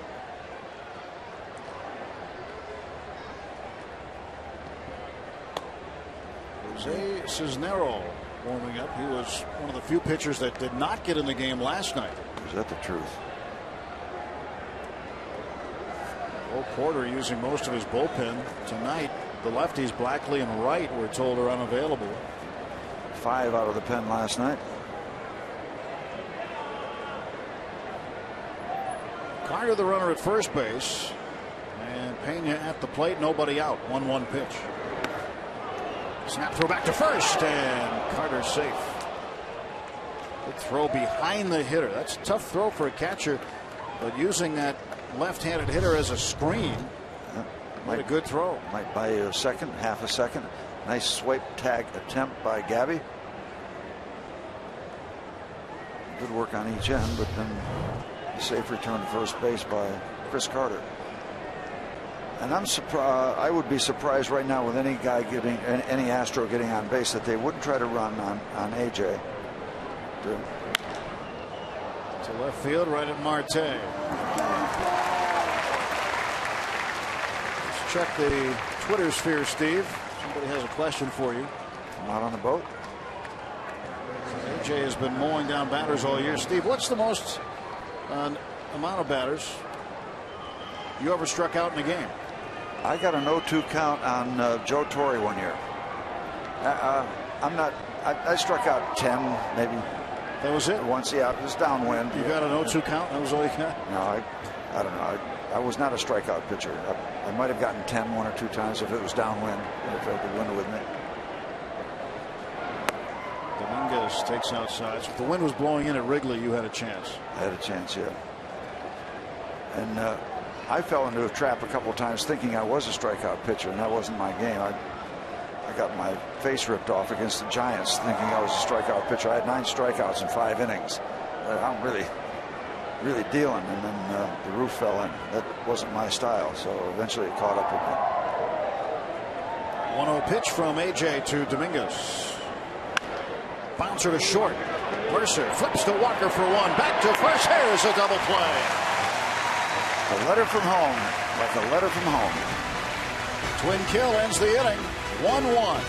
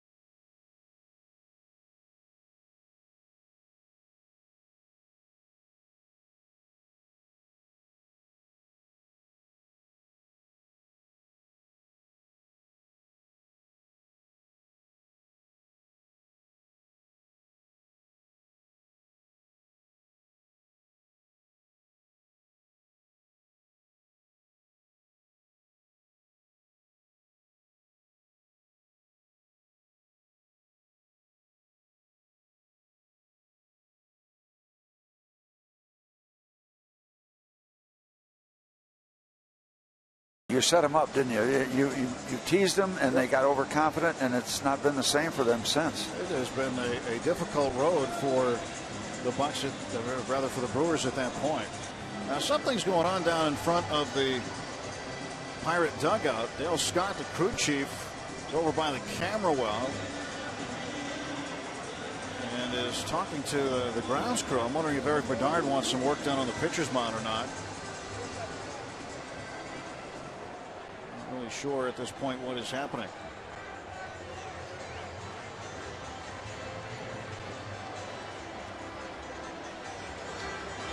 Something to do with the bullpen, Robbie? Yeah, well, the issue is the bullpen phone is not working. That's what I overheard Dale Scott talking about with members of the grounds crew right here. So we'll get you a further update. We might have to get some of that cell phone technology rolling. So I think what they're doing here is notifying both sides, Clint Hurdle and now Bo Porter. So they're having issues right now with the bullpen phones, guys. Technology. You used to raise your right. I want the tall right-hander and just wave your arm up. I want the side wheel and left-hander. Every bullpenner used to have a sign. Dennis Martinez out there in the Astros bullpen. Dale Scott, yep, Chief getting it done. Well, telephone issue right now. So they need an upgrade, something more digital or something, whatever those words are. Eric Bedard pitching to Jose Tabata. Tabata puts the bunt on the ground, and that's a base hit. That's the best thing that could have happened right there. It caught him in between. If it bounces earlier, he gets it easily. If it stays in the air, he catches it easily.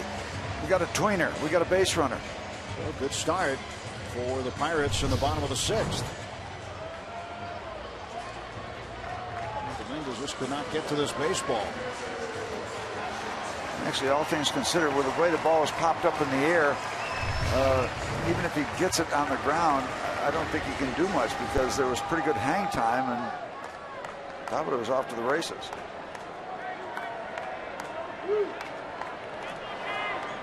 Okay, let's break it open here. Let's give these folks that have come out in droves something to cheer about. McCutchen 1 for 2. Double and a run score. Here's the only Pirates run tonight. Recorded his 11th double of the season in the first inning.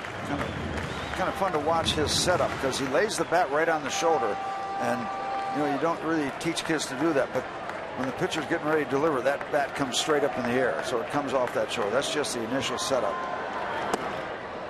2 balls and no strikes to McCutchen. And Bedard, no stranger to McCutchen, having shared a clubhouse with him last year. He knows what this guy is capable of doing. And if he makes a mistake to McCutchen, it could be very costly for the Astros.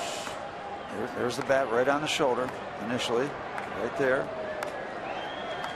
He doesn't even know he's doing that at this point. That's just automatic. Well, struck down the left field line. That ball is fair. It's in the corner. Around first, heading for second base is McCutchen. Runners at second and third. Nobody out. I didn't think that ball had a chance of staying fair. Looked like he was way out in front of it. Bat on the shoulder. Bat up, ready to go. Down in the corner. Wow. No doubt about it. And Andrew kind of just watching them, not watching him, just kind of tippy-toeing them to second base. Hey, you're not going to watch me? I'll take second base. 12 doubles on the year. McCutchen now 2 for 3 with a pair of 2 baggers. Jose Tabata, the bunt base hit. He's at third base. And now Gabby Sanchez with a chance to get the lead back for the Pirates. He gave them the lead in the first inning with an RBI double. This is the kind of setup you just want to rip this game wide open.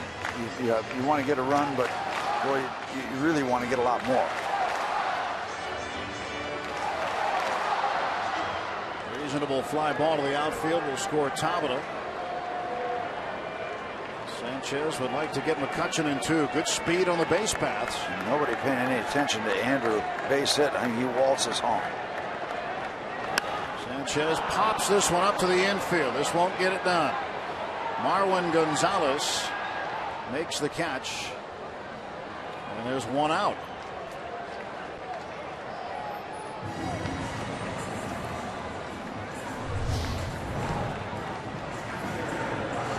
Up and in, just tied him up, got it right off the handle.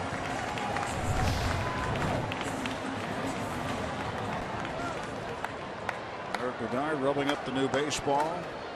Sanchez back to the bat rack, and now Russell Martin will give it a try. Martin is 1 for 2. 12 runs batted in for the Pirates catcher. Infield playing halfway with one out, and the breaking ball outside for ball 1. I was wondering if they would consider putting Martin on first base to set up a double play and work to Inge, but they decided not to do that, at least initially. That could change during the course of the at-bat. Martin pops this one back for strike 1.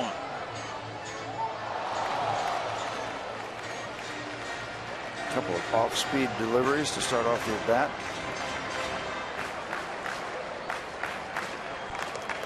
Martin in the first year of a 2-year, $17 million deal with the Pirates, and there's been a significant upgrade behind the plate, having a good start to his season offensively. .283 average. And Martin's a guy who hit .211 last year, had the home run bat going with 21, but the average looking a lot better this year, along with the power. Talbot at third, McCutchen at second, one out. 1-1 pitch. In the dirt. Out in front it stays, and Castro will hop on it. That's the go-ahead run.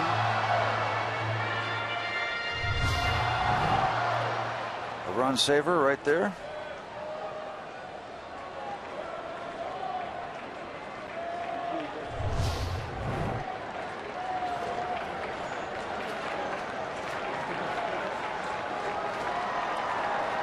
Two on, one out. Eric Bedard getting a sign from Castro. Here's the pitch. Still soft. Curveball downstairs.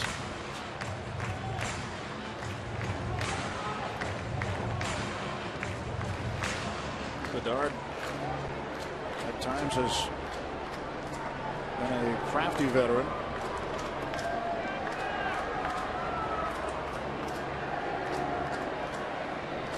Two balls, two strikes. And the pitch coming to Russell Martin.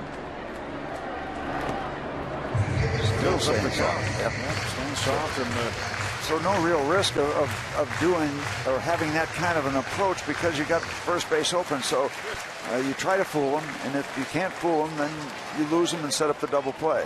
You know, they're trying their best not to give in and throw them a fastball to hit.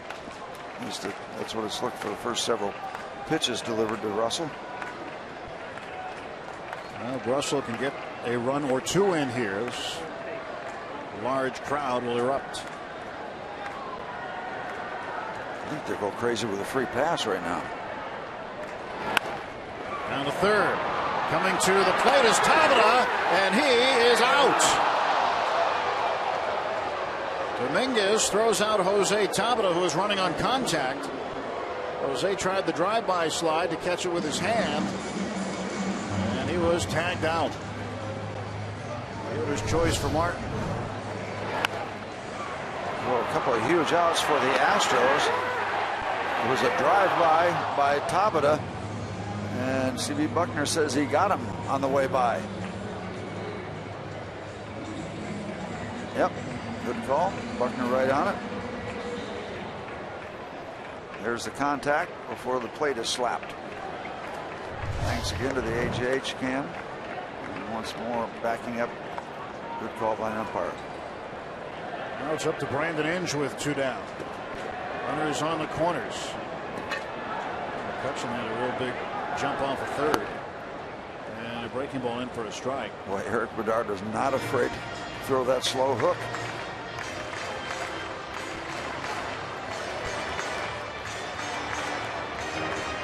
Playing way off of third base. You can see where Dominguez is. McCutchen get a huge lead.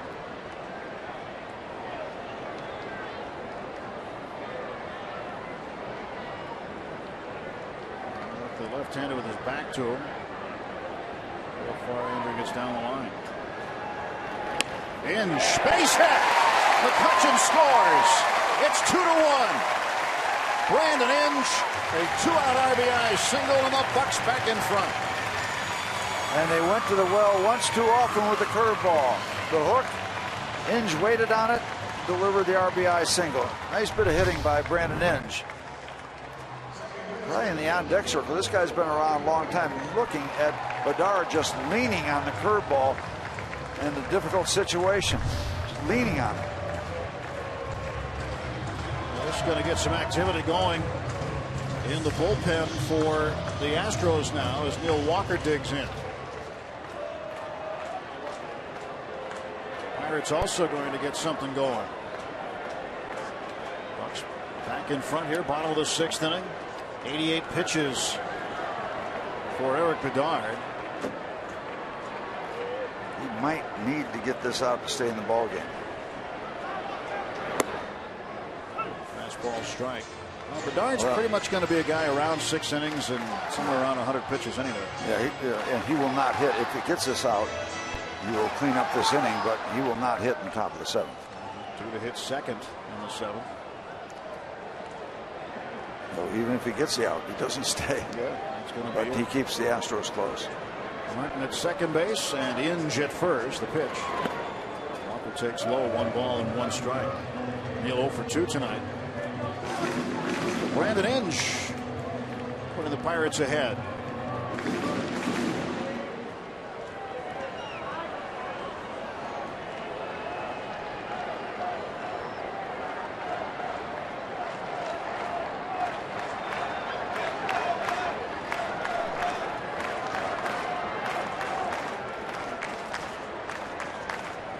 Wesley Wright, the left-hander, and Edgar Gonzalez, the righty.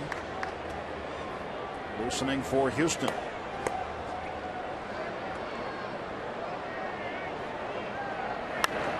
Walker hits this one up in the air to right field. And foul ground, it's Pena.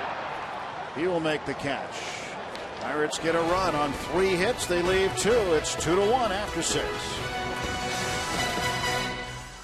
And an interesting story about Bo Porter and Dave Tremblay, his third base coach. Those guys go way back. Bo Porter was a minor league player in the Cubs system where Dave Tremblay managed for a long time.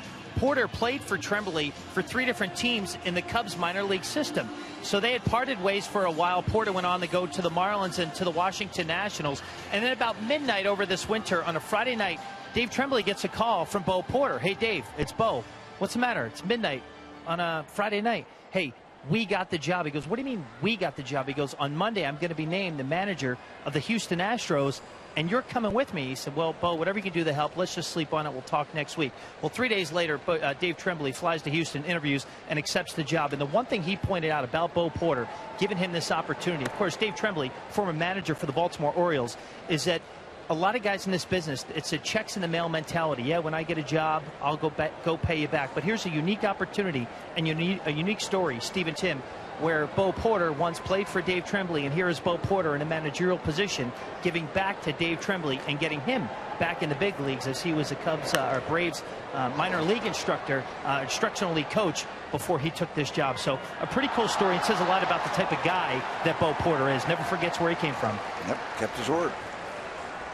It happens around baseball. Guys are loyal to one another, and see new managers in new places. They bring their guys with them from time to time, and they're allowed to do it. First job as a manager for Bo Porter. Just 40 years old. 1-1, and Gonzalez rips this one foul.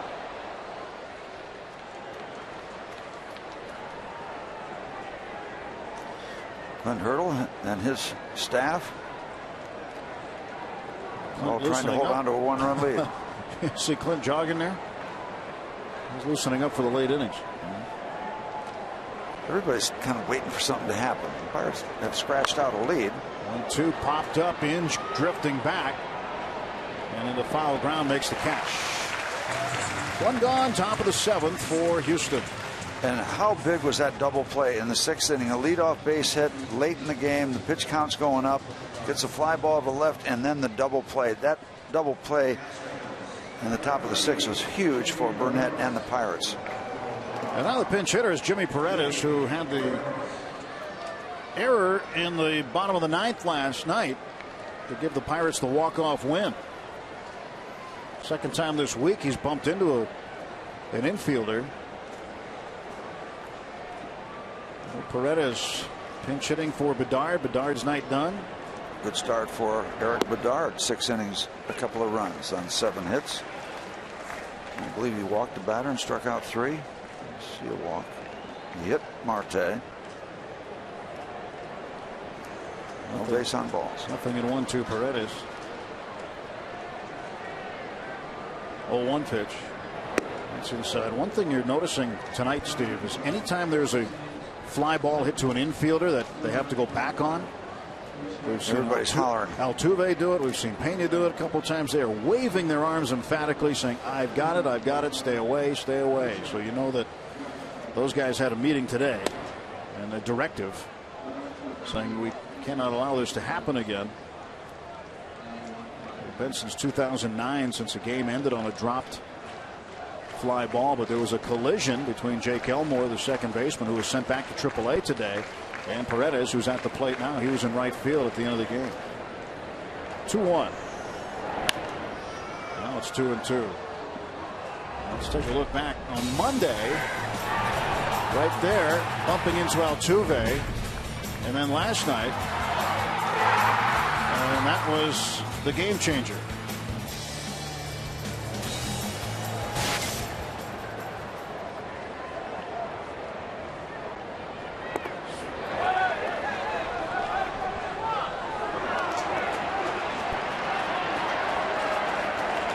He's out.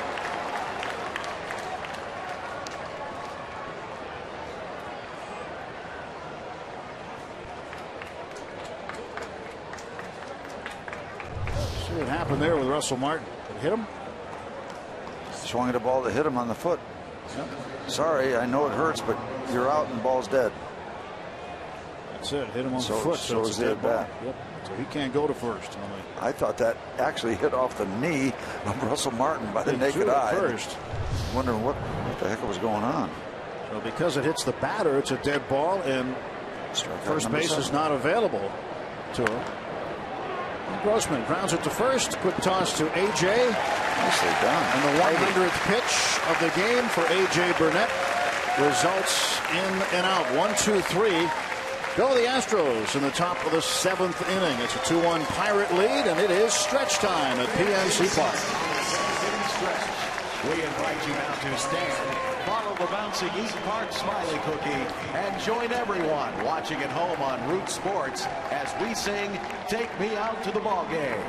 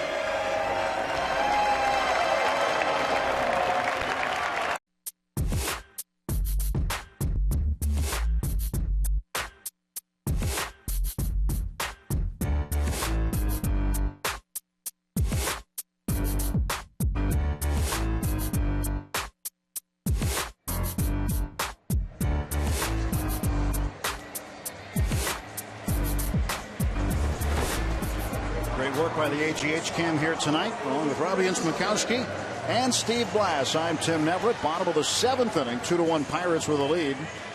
And a new pitcher is on for the Astros. Right-hander Edgar Gonzalez, who was the losing pitcher last night, pitching an inning out of the bullpen. A.J. Burnett's night is going to be done. He's scheduled to hit second this inning, but Garrett Jones is in the on-deck circle. And You expect him to come out and face the right-hander Gonzalez. And that was one of the points we made on the pregame show with Paul and Teak. Let AJ bobble his way through 7 innings. That's exactly what he did. 4 straight times he's done that. Very much a quality start for AJ. Jordy Mercer will lead off. He had a leadoff single in the 5th inning. 1 for 2 tonight. Pirates leading it 2-1. 2 runs on 7 hits. Game 2 of a 3-game series. Pirates took the opener last night.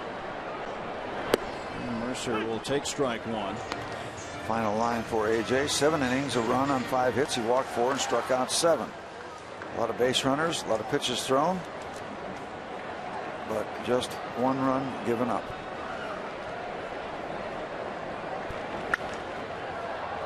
In the air to right field, and Carter waits for it.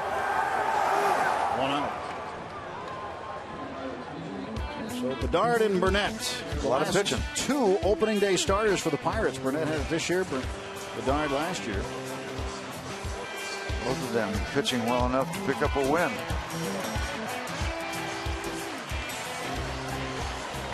These are the numbers. Bo Porter shot out of the dugout to make the change. Oh, Bo Porter going to get the lefty. Wesley Wright will take a timeout. 2-1 Pirates in the bottom of the 7th.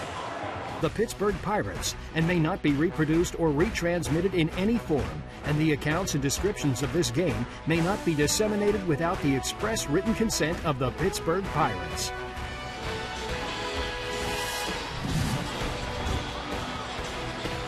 Big crowd tonight. Over 30,000 on hand to watch the Pirates and the Astros and getting through this 3-game set. And now they like what they see. The Bucks in front 2-1. Bottom of the 7th inning. New pitcher is on. The left-hander Wesley Wright. He is the left-handed specialist for the Astros, and he's facing Garrett Jones. Jones pinch hitting for A.J. Burnett. And Jones will take a strike. Well, last night, Steve, Wright was in the ball game in the 8th inning and faced Walker. Came in, got 1 out in the bottom of the 7th, and in the bottom of the 8th, faced Walker, gave up a base hit. With Russell Martin coming up and Pedro Alvarez on deck. 0-1. And that hits Garrett Jones. The Pirates with a base runner. And what ended up happening was, by taking Wright out of the ball game, he'd already used Travis Blackley, his other left-hander, and had no other left-handers to face Pedro Alvarez, who struggles against lefties at times, and he had no choice but to have Hector Ambrose face him, a right-hander, and Pedro pulverized the baseball. So Bo Porter takes out a very disappointed Wesley Wright, who does not get the job done. Another pitching change here at PNC Park. And already Starling Marte coming up. Steve, is getting hit by a pitch a rite of passage for a young star like Marte, or is there another reason he gets hit a lot? Well, first of all, it's not a rite of passage unless you're a jerk, and Marte is not a jerk, so there's nothing personal about that. You know, he's seen guys that will pitch more, probably challenge him more inside than he saw down in the minor leagues. But if he's lunging, if he's too far up on the plate, if he's a guy that doesn't react quick enough, or if that's part of his package as an offensive player to not get out of the way. But there's nothing that I've seen about Marte that wants people to throw at him. They will test him. I mean, there's a degree of that, but I don't see him really having a problem with that. I don't see him being destroyed in an at-bat by somebody knocking him down and say, okay, that's a way to get him off the plate, and he'll be scared, I haven't seen any of that with Marte. Jose Cisnero now to face Marte with Jones at first base and 1 out. I don't see him being intimidated by being either hit or knocked down. And if somebody sees that, you'll see a lot more than we've seen so far.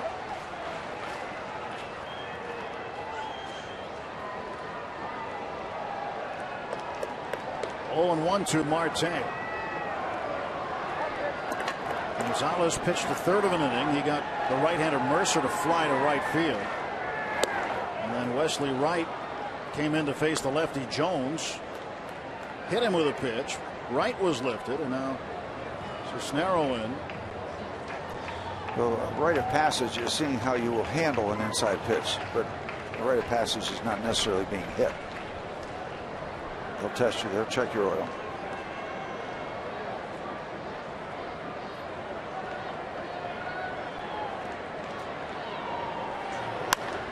That's up the middle and into center field for a base hit. Marte's first hit of the night. He's 1 for 3. First and second, and 1 out.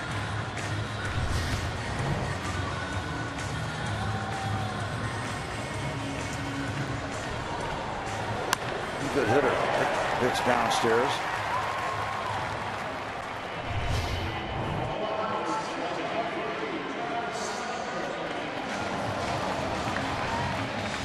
Another pinch hitter is Tabata will not come to the plate. Pirates will send out the lefty Travis Snyder.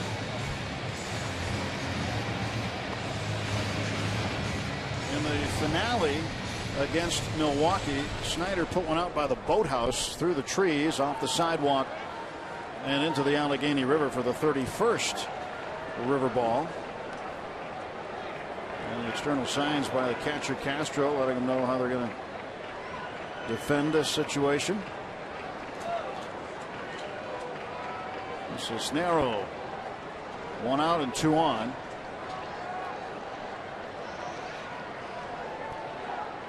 And the pitch coming to Travis Snyder. And this one pulled to the right side, backhanded by Pena. He'll have 1 play. 2 runners move up. Garrett Jones down to third base, and over to second base is Starling Marte. And assisted on the putout. That pitch downstairs underneath the strike zone. And a pretty good backhand stop by Pena. That's a good play.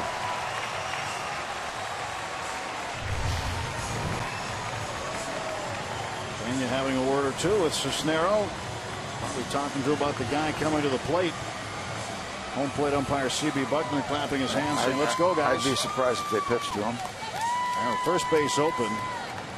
McCutchen going down into the crouch. He's either going to get put on or they're going to pitch around him. And if they don't, McCutchen could capitalize on a mistake by the Astros.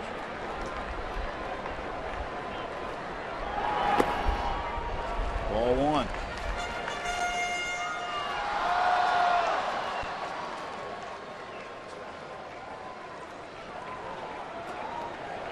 I mean, I've got a lot of respect for Gabby Sanchez, but I think if I was out there, I'd put up 4 fingers. It's still a 2-1 ball game. Second and third, 2 down, 1-0 pitch.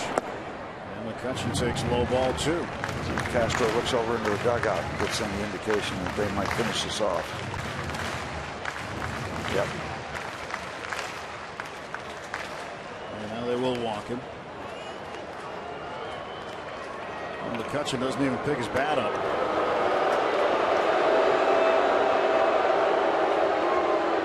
$32,925 want to see McCutchen hit.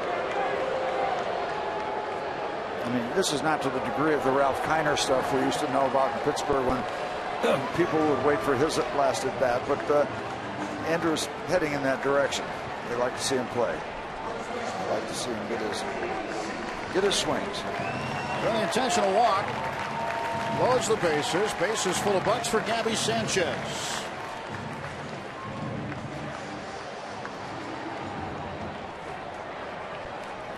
Sanchez with an RBI double tonight. He's 1 for 3. And let's see him hit a gap here and watch Andrew make a fast trip around the base paths. Cisnero stretch. And the pitch inside to Sanchez. Good opportunity to add on in the bottom of the 7th. 2 runs on 8 hits for the Pirates. 1 run on 5 hits for the Astros. Gabby with 1 career grand slam. Pitch outside. It's 2-0. This is a hitter's delight. Bases loaded. Pitcher out there behind in the count, 2-0. You may not get the fastball, but your head is pounding with the expectation of seeing the heat right here. Gabby hitting .327 this year as the cleanup hitter. Here's the pitch. And it is fouled back right off the catcher, Castro. Pretty good fastball right there. He was looking for it, but he's never delivered a good one. A lot of speed and a lot of location.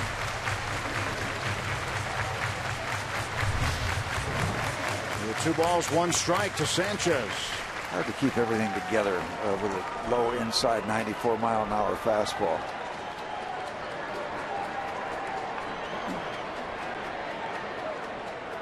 Ready for the 2-1 pitch.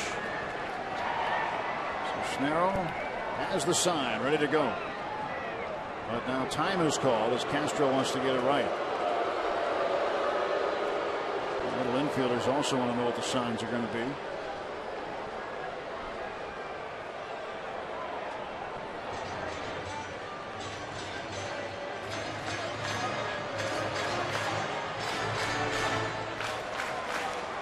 Pedro's got his batting gloves on just in case he's needed late in the ball game. Pirates went all right-handed with their lineup tonight, and now Jones in there as a pinch hitter. Snyder, another lefty, as a pinch hitter. And the only lefty on the bench remaining is Alvarez. 2 right-handers on the bench, Barnes and McHenry. C.B. Buckner, part of that conference. Well, he came in and said, "What do you think, boys? One's a fastball, 2's a curve, second sign. What do you want to do?" Plus the sandwich shop is closing soon. Bases full of Bucks, 2 outs. The pitch way outside. I don't think they went into conference about that delivery.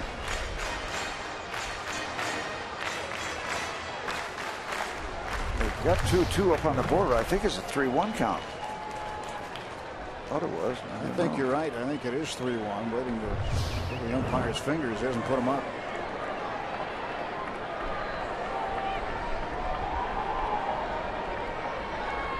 Here comes the pitch.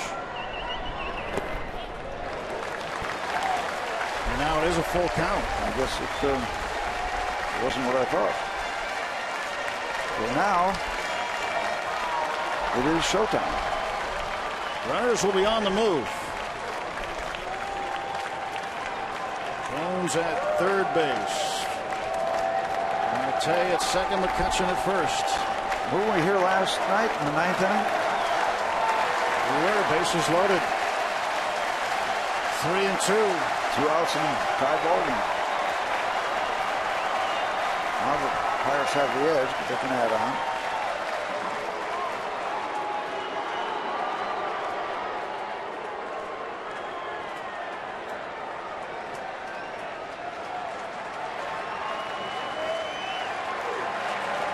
So Snarrow will deliver the payoff pitch. Strike 3 called, and Sanchez disappointed in that. We'll go to the 8th. Still a 1-run ball game. And it's time for the first half of the combination of Mark and Cheese. Mark Melancon will come on here in the 8th inning, trying to protect this 1-run lead. Tough at bat for Gabby Sanchez.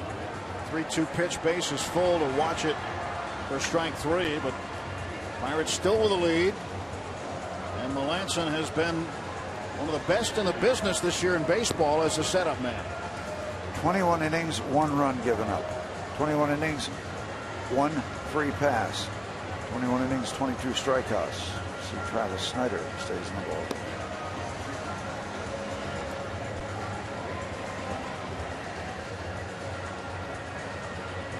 Paul had talked about the Cardinals and Brewers locked up in St. Louis right now late. Take a look at the standings in the National League after the Reds have won today against the Phillies. 10-0. That was a big offensive output for the Reds today. So they're a half game in front of the Pirates until the conclusion of this one. If the Pirates win, they'll stay with them. If the Brewers would win, the Pirates and Reds would gain a little ground on the Cardinals. Melanson has been ice. And fires a strike into Trevor Crowe. Just talking about the top three teams in the Central for a moment. Cards, Reds, and Pirates. Over the last 10 games, all three of them 7-3. Keeping pace with one another at this point. No blinking. 0-1 to Crowe. And a ground ball toward the middle. That's going to make it to center field and the base hit. A seeing eye ground ball. Innocent little ground ball. Eludes everybody. The Bucks and PNC Bank are teaming up to bring you discounted PNC check card dates every Friday and weekday matinee game this season. All PNC Bank customers who use their PNC check card get up to $10 off outfield box, lower outfield box, outfield reserve, or grandstand seats. Purchase tickets at the PNC Park ticket window or visit pirates.com/PNC check card. Next up, this Thursday, it's the Cubs. 12:35 start. Last game of the homestand. Jose Altuve hit into a double play in the third inning. He is 2 for 3 with an RBI. He will take that pitch outside and low. Mark Melanson has not given up a run over his last 13 games. Struck out 2 of the 3 Brewers he faced Wednesday night. Issued his first walk of the season last Sunday in New York against the Mets. And in 17 of his last 18 appearances, the Pirates have been victorious. 1-0 pitch. And that's there for a strike call.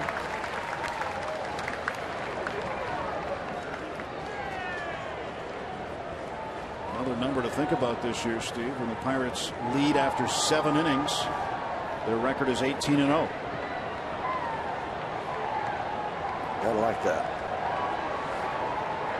If he can hang a 0 on the board this inning, when they lead after 8, they're 23-0. I like the O part best. Altuve fouls that back, and it's 1-2.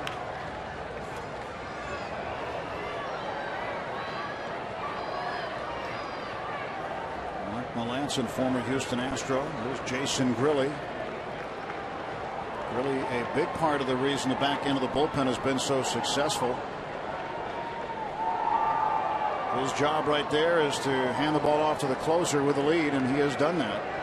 There's not a better 8th and 9th inning tandem in baseball right now. 1-2 to Altuve. Ground ball toward the middle. Past Mercer into center field, a base hit.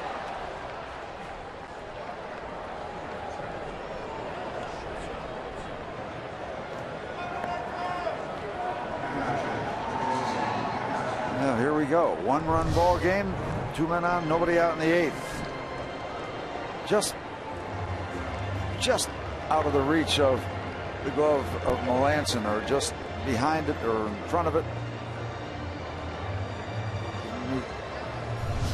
Didn't miss Mark's glove by much, but had enough on it to get up through into center field.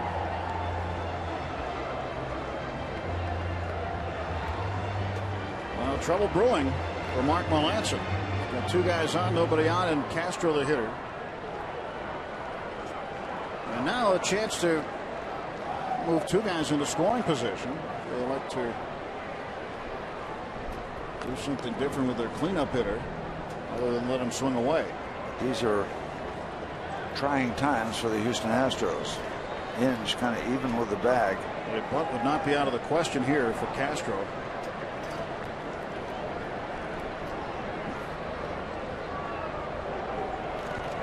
Let him swing, at least for now, and he takes ball 1.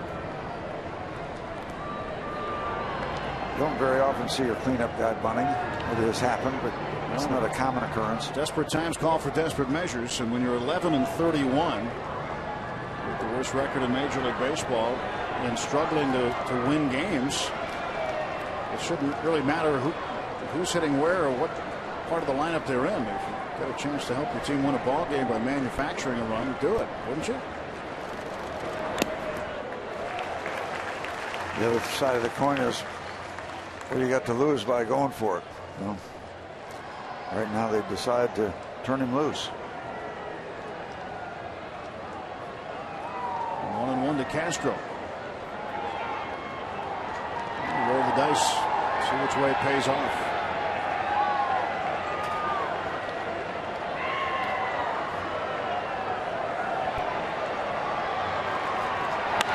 And a bouncer to first base. Sanchez goes to second. They'll take one there. Back to first. That's safe. Melanson covering. So they get one out, but importantly, the tying run moves to third base with less than 2 outs. And it was an awkward ball to try to get a double play on because it looked like it got out of the glove there. He drops it, and that takes the double play away. And really, when you think of all things and they're considered, you're lucky to get one. You got Melanson over covering first base. That was an awkward situation. So awkward at the beginning, awkward at the end. They get an out at the cost of 90 feet up to third base. Carter is 1 for 3. He struck out twice, had a single in the 6th inning. Well, here's you love double play, but you're thinking strikeout also.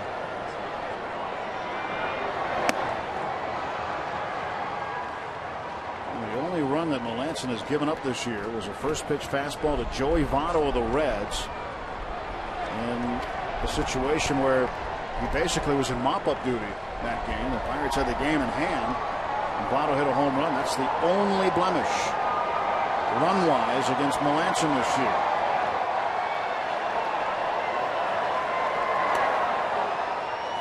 Two balls and no strikes. And you're looking for the strikeout, looking for the ground ball, but you also got to be careful that you're not trying to be too perfect. And I'm not saying that Mark Melanson has fallen into that category, but he's behind 2-0. And what that does for the time being is lessens the chance of somebody chasing a borderline pitch, because Carter can afford to take a pitch and not have to risk swinging at something bad that you can't do much with. But he has the edge here coming into this 2-0 delivery.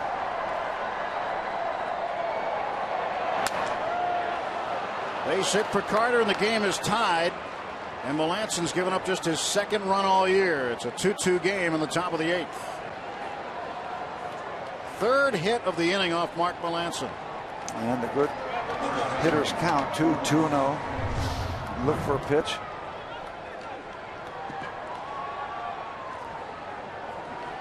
Might have been the fastball or the cutter. Similar speed on those pitches, but they get the hit, and we're back to square one.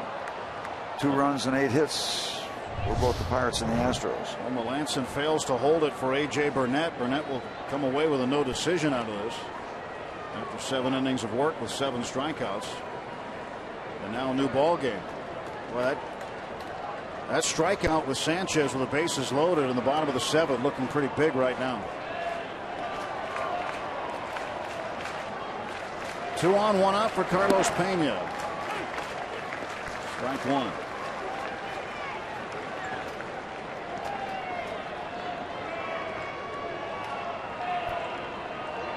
Pena struck out in the 1st, flied to left in the 6th.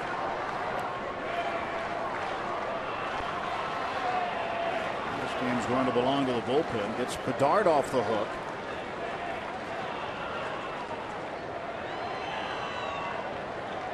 And I really, all things considered, and I don't know what's going to happen in this inning, but I always like the idea these days about the ball game in the hands of the respective bullpens, because I like ours a lot. Kind of put them up against anybody.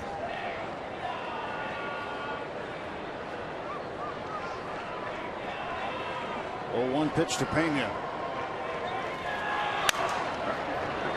It'll roll to Walker. They'll go to second for 1, back to first. He got him. A double play ends the inning, but damage done as a run comes in on 3 hits. We'll go to the bottom of the 8th at PNC Park, all square, 2 runs apiece. Tomorrow afternoon, Lucas Harrell, he is 3-4. Right-hander has a .511 earned run average for the Astros.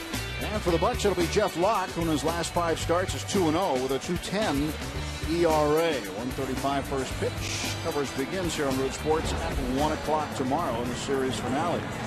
Game 2 yet to be decided. 2-2, bottom of the 8th inning. When that play at first base, the Pirates got the call, and it appeared that it was the right call. So very close. They get the double play. So very close. Russell Martin is 1 for 3. Pirates need to find a way to scratch out a run here late. And a 1-0 lead. Saw that one go away in the 5th inning. And built a 2-1 lead in the 6th. And that was gone on the top of the 8th. 2-2. And to all those people that said, oh, the Astros are coming to town, this is going to be easy. Well, it has not been easy. 6-swing foul back to the screen. 1 ball, 1 strike. Russell Martin. Wind kicking up a little bit now at PNC Park. Flags that have been laying along the side of the flagpole started to move a little.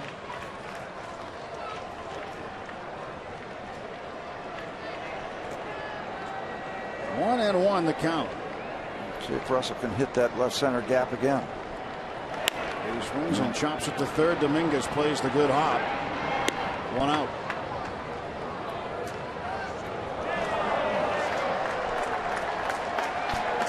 Dominguez throws out Russell Martin. 1 gone for the Pirates. That'll bring up Brandon Inge. Inge drove in the go-ahead run in the 6th inning, scoring Andrew McCutchen. McCutchen has scored both Pirate runs tonight. Inge is 1 for 3. RBI number 4 he picked up in the 6th.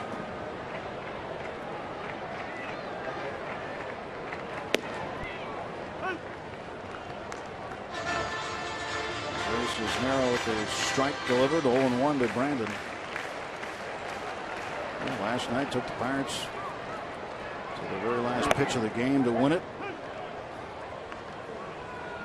They'd like to find a way here and have Grilly come on and save it in the 9th. Need a run here to do that. If not, they'll be attempting to hold the Astros in the top of the 9th inning and win it in the bottom. Astros have 2 men in the bullpen. Pirates with 1 right now.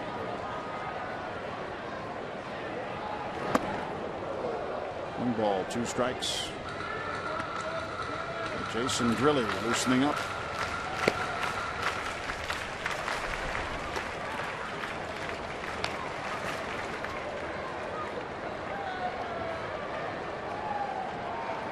Inge takes the 1-2, puts it into left field for a base hit. Go-ahead run is aboard with 1 out. Again, nice piece of hitting as he waits and waits and delivers the same type of hit that he put out there to drive in the run in the previous at bat. Waiting just long enough to deliver it out into left field.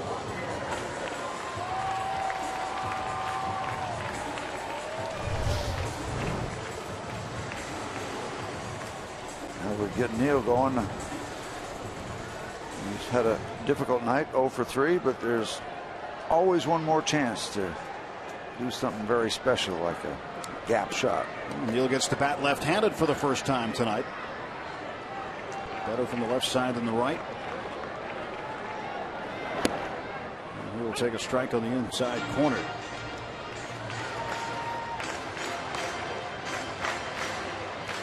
No balls, 1 strike to Walker. Hitting .248 overall, 1 home run, and 11 runs batted in.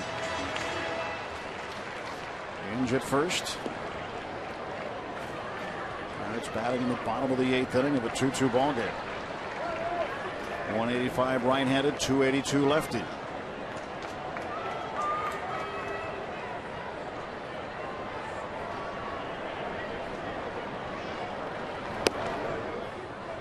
Those comparative numbers certainly tell a story.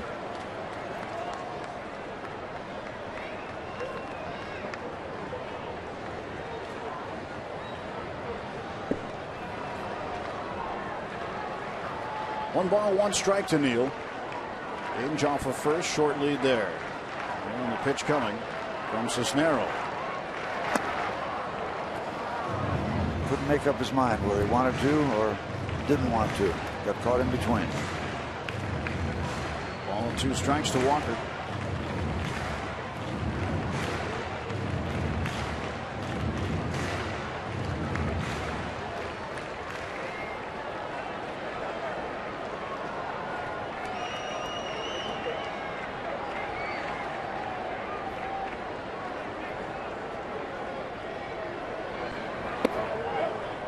Even now, 2 balls and 2 strikes.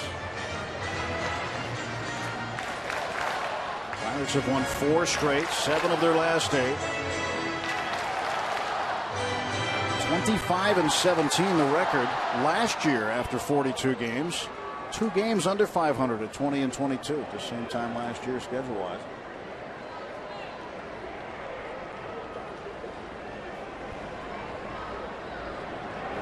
2-2 popped up, foul, and that is into the seats. Don't miss your chance to win an autographed Neil Walker jersey by tuning into this week's Sunday Night Classics.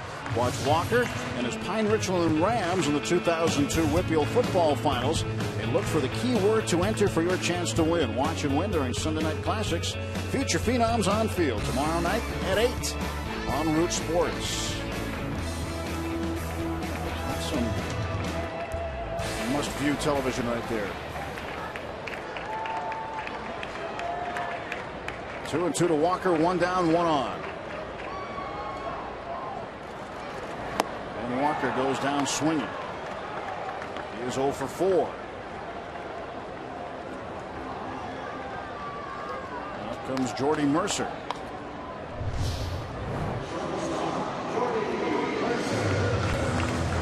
Down underneath. Far enough in where Neal couldn't get to it.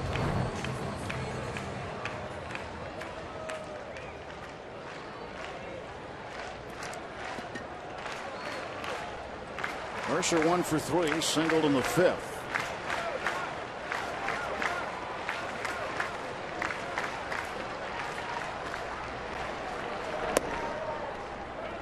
Ball and those strikes to Jordy. There's Pedro out on deck. With the pitcher spot up next. Alvarez hoping for an opportunity here. He brought the crowd to their collective feet last night. One of the longest home runs you'll ever see hit out of this ballpark.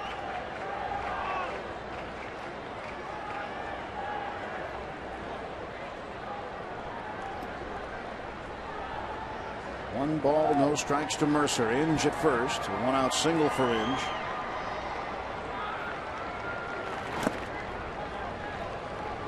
Nowhere to go for Inge on that one. 2-0.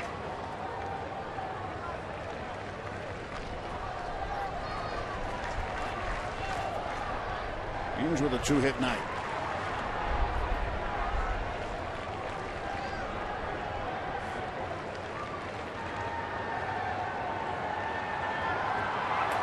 Jordy Mercer waiting for this 2-0 pitch from Jose Cisnero.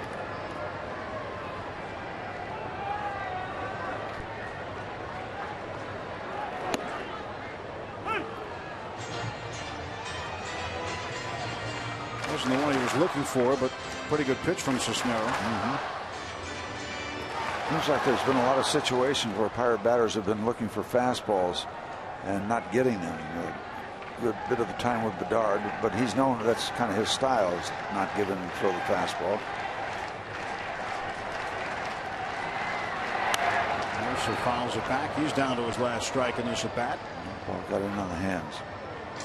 And of course, a guy like Eric Bedard, who pitched very well tonight, by the way, when he's getting hurt with his fastball, as we know by the numbers, then you're really going to lean toward the off-speed pitch. And the count is not in your favor because that's what the hitters are looking for. Stay away from the heat. Inge and Pena discussing it. The count is 2-2.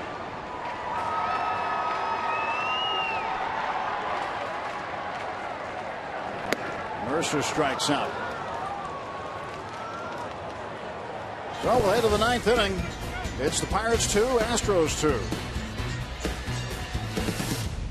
Astros for the second consecutive night as Jason Grilli is into the ballgame in a non-save situation about to throw his final warm-up toss, and a lot of people have asked about Jason Grilli and what exactly it does, what exactly he does, I should say, when he writes a few things into the dirt behind the mound, and I am about to tell you when he does it. And this should be his final warm-up toss. There it is. So he's going to reach down right now. He writes 4 inscriptions into the dirt.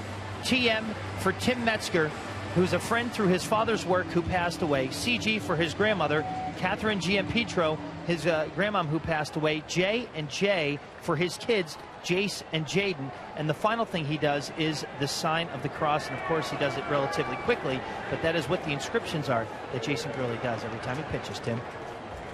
And he is a man of routine, as many people are in baseball. Looking to lock down the Astros here in the top of the 9th inning of a 2-2 game, facing Matt Dominguez. And gets a strike in on. It seems like every outing I see Jason Grilli, he becomes more confident, more comfortable with the breaking ball. Now, he's still got the heat, take nothing away from the fastball, but it's starting to be a wonderful compliment that it appears he's really feeling good about mixing in the breaking ball. Foul ball played on the right side, and it's 0-2. There's an example right there. They start with the off-speed pitch for the strike, and then go to the heat and find a right-hand batter behind after seeing the curveball. You won't see many straight changes, but the breaking ball and the fastball from Jason.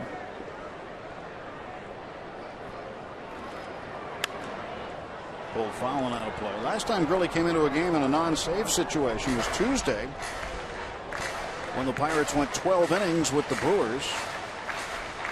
He came in the 9th inning and struck out the side. Got Ricky Weeks, Martin Maldonado, and Blake Lally. 1-2-3.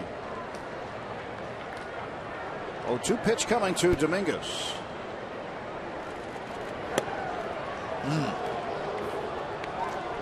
Just a little outside.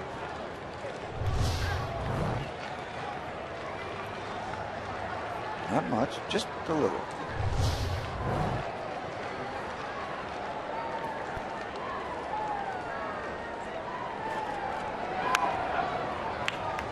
He's going back and forth. Soft, fast, soft, fast, soft. Jason trying to find a way to get 3 quick outs if he can. Hasn't been an issue for him yet this year.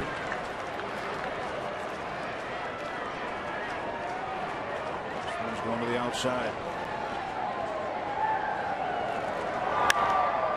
Popped him up. And the second baseman Walker calling for it. And there's 1 out for the Astros in the 9th inning. Every other pitch came back with another fastball. The last delivery and got the pop-up.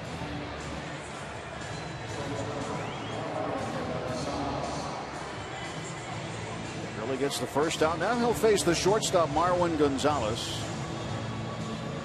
Switch hitter who will bat left-handed. They have 5 switch hitters on this active roster for Houston. Carlos Corporate, a backup catcher, is one. Jimmy Paredes, who we have seen the game here. Robbie Grossman, Trevor Crow, and Gonzalez. Those are the 5. .252 average for Gonzalez. 1 for 3 with a run scored.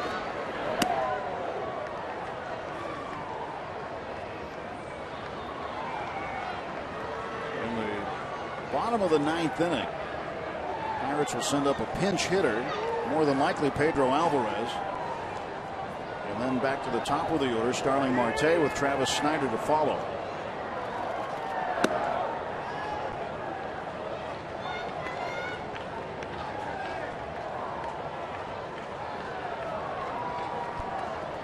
Two and 0 to Gonzalez. 1 out, base is empty. 2-2 ball game in the 9th.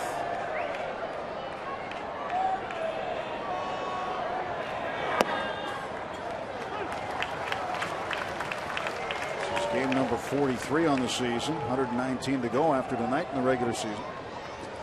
Past the quarter pole.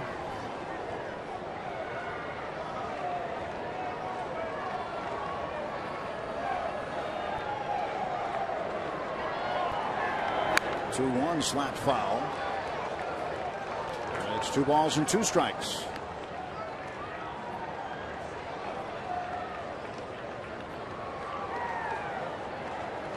Kids Day Sunday tomorrow afternoon, 1:35. Lucas Harrell for the Astros, Jeff Locke for the Pirates. Pirates took game 1 last night. Game 2 yet to be decided. 2-2, popped him up, and this time Jordy Mercer will call for it. 2 out for the Astros.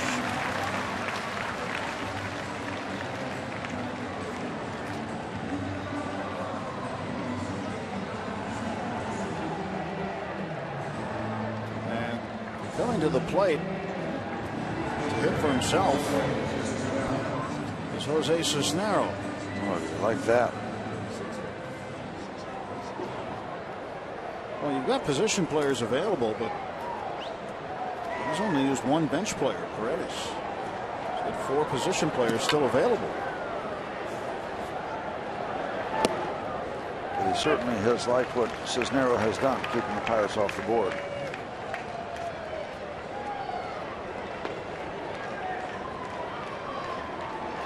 Porter's planning on a lot of extra innings tonight, perhaps.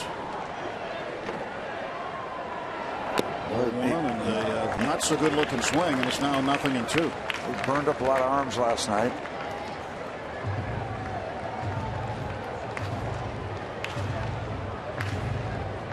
He's got 2 men warming in the bullpen. Jose Veras is 1. Travis Blackley another. And this should put down the top of the 9th. And a swing, and it gets away right Good back bounce. to Martin. And that's it. So the Pirates will go to the bottom of the 9th inning, looking for another walk-off winner. It's tied at 2. On 8 hits for the Astros. We go to the bottom of the 9th inning, and the Bucks looking for another walk-off winner. They've had 2 walk-off wins in this series, or this homestand already. 1 last night in the opener with the Astros, and they had one in the 12th on Tuesday against the Milwaukee Brewers. And the bat boy just dumped a whole box of baseball. Maybe he's knowing something we don't. Those extra innings. Michael McHenry is out, and Pedro Alvarez in the dugout right now. Alvarez was on deck. He would have hit, at least it would have appeared, he would have hit in the bottom of the 8th had Mercer been able to reach. But McHenry is going to go up there instead. Alvarez remains the lone left-handed bat on the bench. There is one more right-handed bat on the bench, and that is Barmes. And if you're wondering about another catcher, if McHenry is not able to stay in the game for any reason, Brandon Inge is that guy. And ball 1 to McHenry. Cisnero has been strong. Came into the game with just 6 appearances. 5.02 ERA. There's a 1-0. And McHenry cuts and misses. 1 ball, 1 strike to the 4th. And if the Pirates win, Jason Grilli would get the win. He would become the pitcher of record, and the Pirates get a run. We need to get him a win. Even his record is 0-1. McHenry to right center field and deep. After Carter, he'll track it down. And the right hand hitting McHenry hit the ball and it slid back enough to the right fielder where he could track it down. Hit it well, but it just had that slice back to Carter.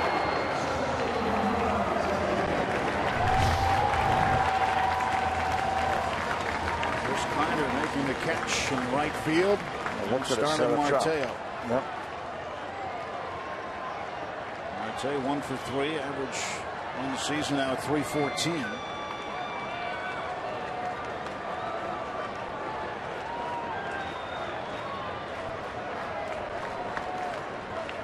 Michael got a lot of it, but the slice killed him. That is a foul ball. We need to get Marte on, steal a base hit, and we're out of here. That's one formula that I like. Yeah. Well, just go ahead and save him more time. Hit it over the fence. Out.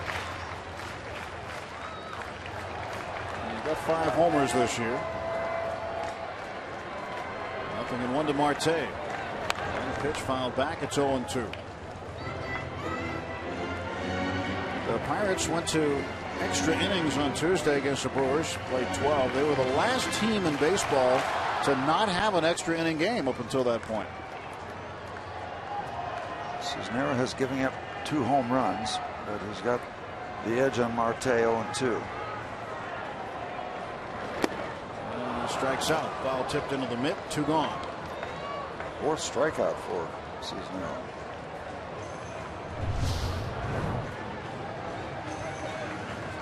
High heat up over the strike zone.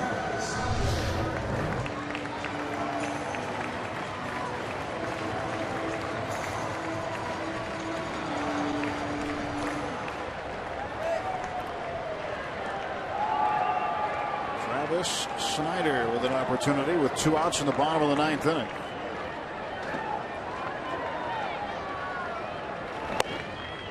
Strike 1. Carlos Pena, the first baseman, really guarding the line.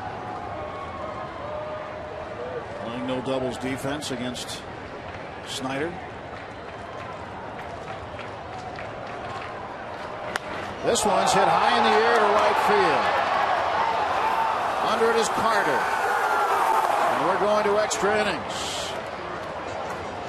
After 9 fall at PNC Park, Pirates 2 and the Astros 2.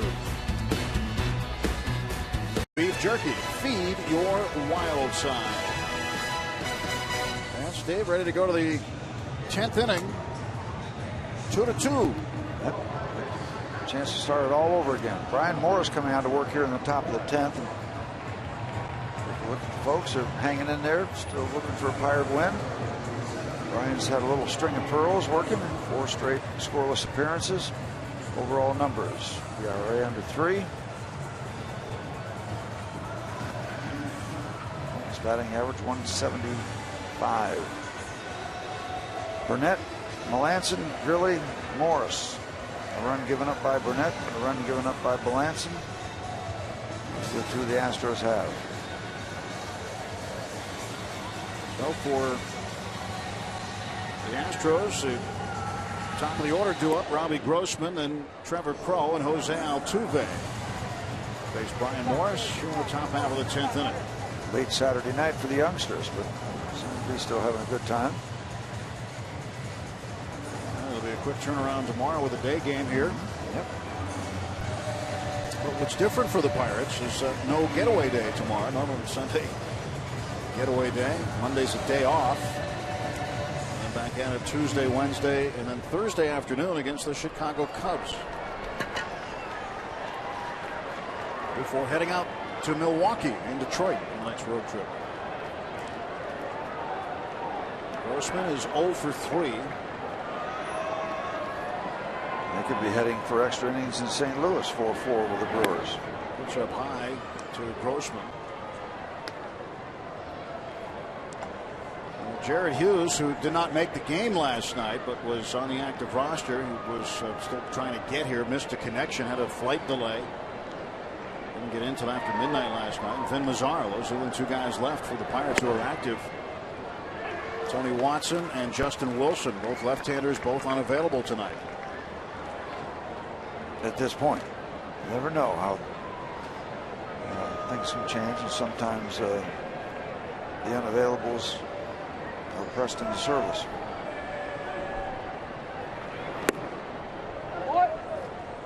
Two balls and 1 strike. Brian Morris likes to roll some ground balls every now and again. Looking for infield ground balls here.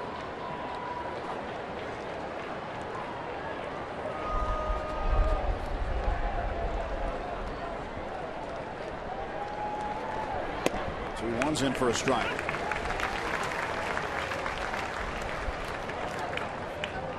Grossman with a 2-2 count.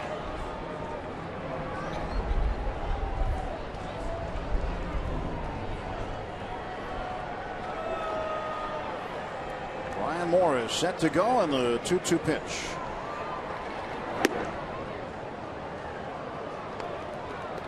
Do not need an Astro base runner right here in the top of the 10th. Do not need that. So Morris needs to deliver a strike right here. Grossman has walked once already tonight. That was in the 3rd inning.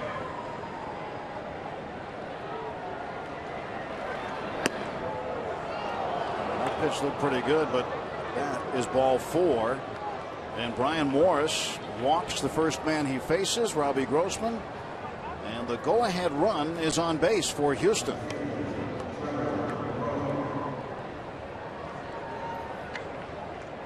Trevor Crow, the batter.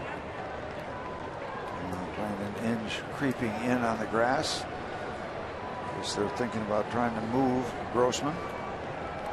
Altuve in the on-deck circle.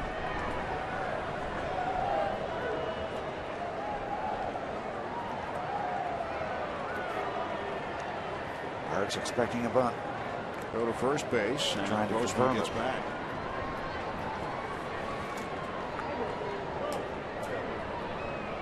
Two. Pirates and Astros were in the top of the 10th inning.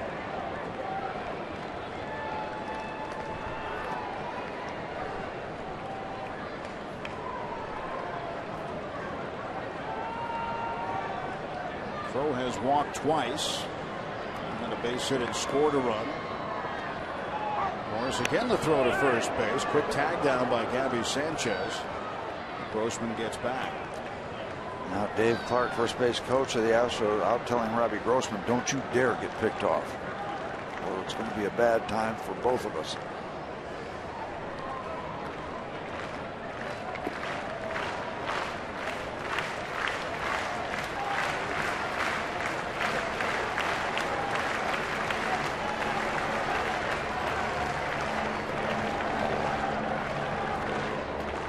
It's for Morris. For a strike call. No sign of the bunt there. Crow with the long look down at Dave Tremblay, third base coach, as he runs through some signs that may or may not mean anything. Majority of them don't. That's true. They sort them out. Just a couple of them mean something. Parrott working hard. Late duty for the Parrot.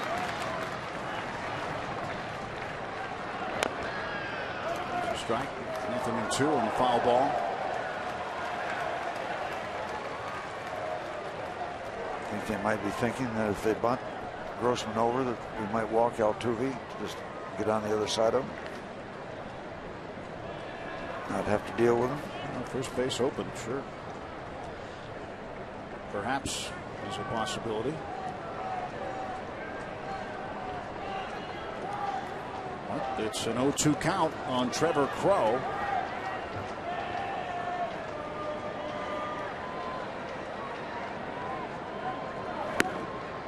A strikeout would be good here, obviously, to keep the base runner at first base, 1 out.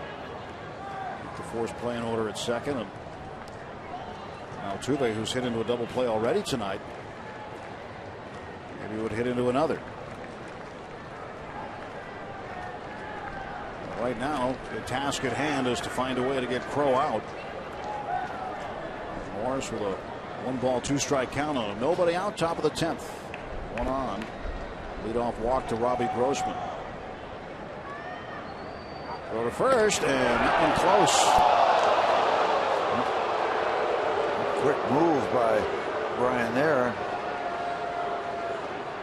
A lot of people in this building thought they might have picked him off. It's so hard to judge because you're tagging him on the body. Where's the hand? Yep, hand's in there underneath. I always thought that was a tough look for an umpire, where the tag is and up on the body, and then if the hand or foot is close to the bag. Got it. Down on strikes goes Crow. Big out for Brian, big out for the Bucks. Now he'll check with his middle infielders to see where he's going or who he's going to. The ball's hit back at him. Nice. Outside part of the plate.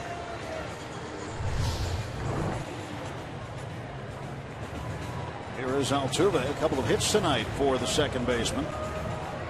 3-hit night for him.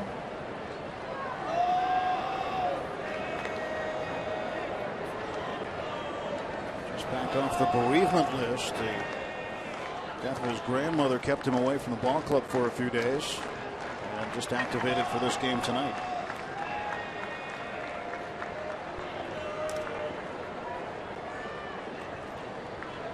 A 1 out and 1 on in the 10th. And the pitch coming to Jose Altuve. That's in for a strike. Pitch by Morris.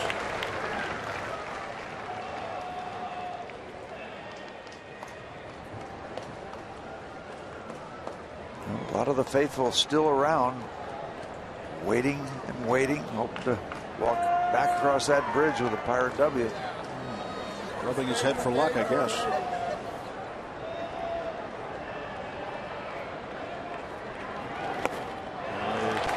Half-hearted swing there. That's strike 2. Yep, right in the middle of that swing, realizing it was a bad decision. Tried to stop it, but he couldn't. He didn't want to go chasing those kind of pitches, but he did. Once you commit, it's hard to stop. It is. And now we'll see if we can get Brian to stay out of the strike zone, but close enough to tease Mr. Altuve. 0-2 pitch coming.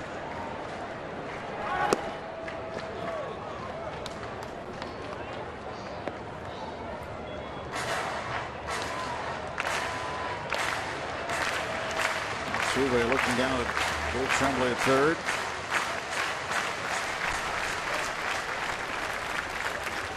One out, Grossman at first base.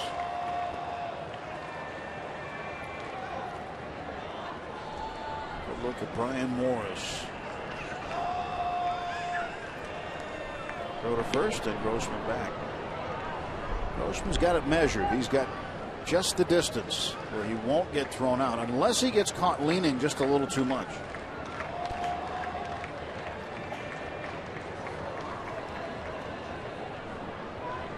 Grossman came up through the Pirates minor league system. Sent to Houston last year as part of the Wandy Rodriguez trade. Altuve, ground ball right back to Morris. Throw to second for one, back to first, double play. Indeed. Just what the doctor ordered for Brian Morris. Nice job and a good feed to second base for Brian. Hit well to right center field, toward the wall, and it is a home run and a walk-off at that for Andrew McCutchen. Praise the Jolly Roger, leading off the bottom of the 12th with a game winner. Well, that was the scene here Tuesday night in the bottom of the 12th off of Mike Fiers, a 2-2 pitch. And McCutchen drove the fastball that was on the outside part of the plate out of here for a game winner. Another opportunity now as he will lead off the bottom of the 10th. It'll be McCutchen, Sanchez, and Martin to face Jose Cisnero. And you wonder how much he has left. He's been terrific for 3 innings, 3 shutout innings out of the bullpen. Again, he's given up a couple home runs. And you always wonder, guy coming out of the pen now, he's been effective, but how much do you have in the tank? He's been out there a long way.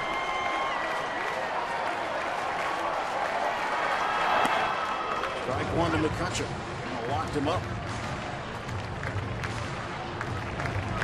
Punch 2 for 3. Pair of doubles. Trying to make this pretty night in Pittsburgh even better. 1 ball and 1 strike.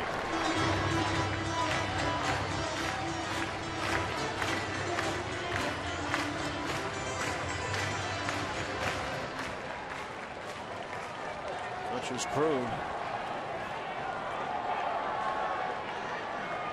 You're also part of his crew right there. Get out of here. It's in the seats. Ball and 2 strikes to McCutchen. Yeah, you see everybody poised up on the railing. They're ready. They're getting ready to go. They're looking to gather at home plate and find a pie.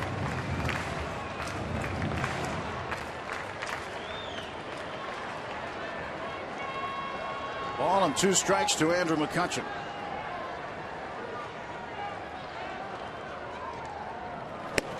He struck him out. Cisnero has been getting a lot of the Pirate batters to chase that high fastball up out of the strike zone, or at least at the top of it. Let's check it out.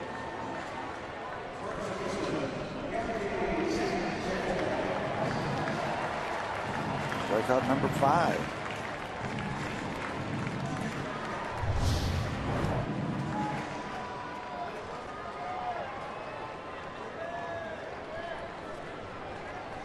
Gabby Sanchez 1 for 4 with an RBI double. Cisnero staying away from him on the first pitch.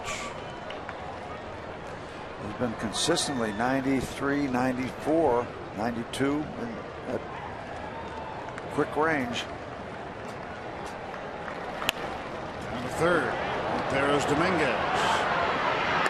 Throws him out. And 2 gone for the Pirates in the 10th. Let's take a look at what Bo Porter has remaining. He's got the left-hander Travis Blackley and the right-hander Paul Clemens along with Jose Veras. Veras has pitched a game and a half warming up here tonight. He has sat down now, but Victor Ambriz, Blackley, Clemens, and Veras. So 4 pitchers remaining. And Porter has given the ball to Jose Cisnero for a while now. And so Martin off the glove of Cisnero, and Altuve throws him out. We'll go to the 11th. Pirates 2, Astros 2. Extra innings continue at PNC Park. Link's Beef Jerky all season long. Jack Link's Beef Jerky. Feed your wild side. With Robbie and Smikowski and Steve Blass, I'm Tim Neverett. Bonus baseball tonight. We'll go to the top of the 11th. Pirates 2, Astros 2. Ryan Morris remains on, and he will face the middle part of the order for the Astros. Jason Castro, Chris Carter, and Carlos Pena. The Pirates had a good part of the order up. McCutchen, Sanchez, Martin, and they went down in order in the bottom of the 10th inning. Well, the Bucks offensively unable to get anything done. They'll have to try it again in the bottom of the 11th inning while Morris tries to hang another 0 against the Astros.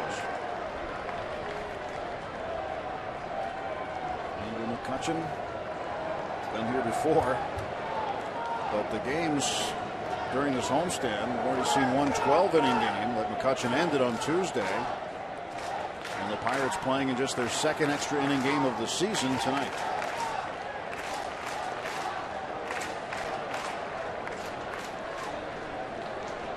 Castro 1 for 4. Struck out twice. Strike 1 to Castro.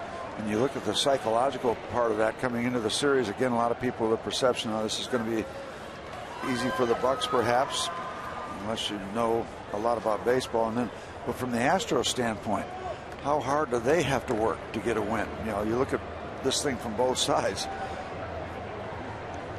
Everything they possibly can to squeeze out a W somewhere. It's been tough going for them. 1 ball, 1 strike to Castro. Now, this has been a grinded out kind of game. Pirates scored in the bottom of the 1st inning. McCutchen and Sanchez with 2 outs, back-to-back doubles. Scoring McCutchen. Sanchez with his 17th run batted in.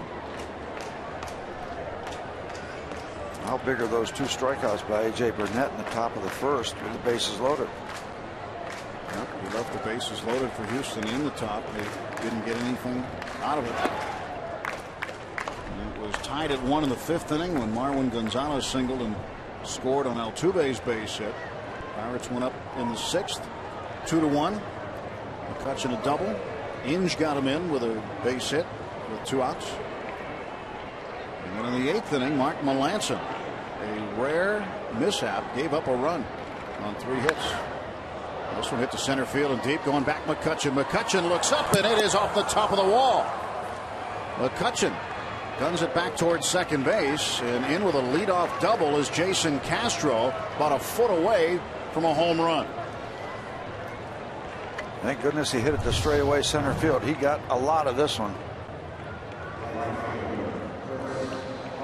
Center cut a little downstairs and he got under it. Big ride. Yes, very close to getting up in the shrubbery. Woo. Slight breeze, perhaps keeping that ball away from being a home run. Go ahead runs in scoring position, nobody out. And Carter pops this one up on the right side. Gabby Sanchez to take care of it. That'll help. One out. And the runner not able to move, obviously. And, you know, that's what they were thinking about trying to do. Move that runner, lead off double, move him somehow, get it done, but he did not. For Castro, his 12th double. Here's Carlos Pena. Pena hit into a double play in the 8th inning. He struck out once, walked once, flied out to left field. And not swing here. Put him on with one out. And face Matt Dominguez, who's also hit into a double play tonight.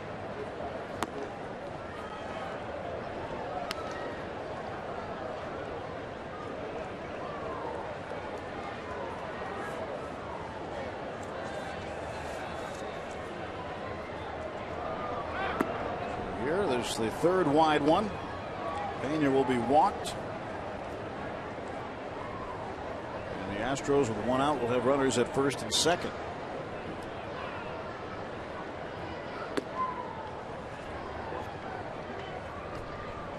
Well, Steve, question for you comes from the Twitter world. Last night was a strange game, Steve. What was the strangest game you played in? Game 7 of the World Series. Strange games. Wow, that's an interesting category. I'm going to have to give that a little thought. Good question. Yeah. Get the memory banks working. You see so many odd things in this game sometimes. Sometimes you go for a while, you don't see something that's very odd. Last night you saw it. Matt Dominguez, one out, first and second. Swing and miss.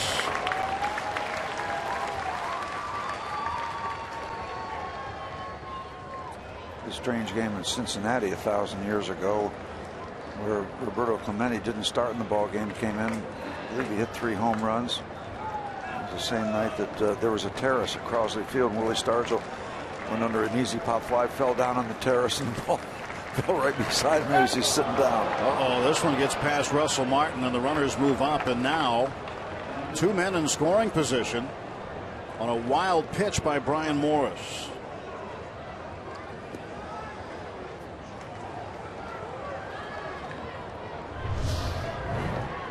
Strange things happening here in the 11th. You won't see that often. Right through the wicket, stayed down. Through the legs of Russell Martin. You just don't see that, but you just saw it. And one out to boot, so Dominguez has an RBI opportunity here. Pirates will bring the infield in. Got to cut down this run.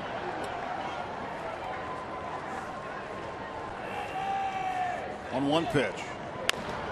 Bouncer past third for a strike. 1-2 to Matt Dominguez. Somewhat of a strikeout candidate. No extreme numbers either way. 27 strikeouts and around 150 at bats. That's pretty good contact numbers, actually. Well, it makes you feel any better. The Cardinals and Brewers are in extra innings also. They're in the 10th, 4-4. Need the K. Need the big K. Boy, a good pitch. Pitcher's kind of pitch. Brian made the good delivery, and he was able to waste it. Down and away. Can't take the pitch, but can't do much with it, but kept the at bat alive.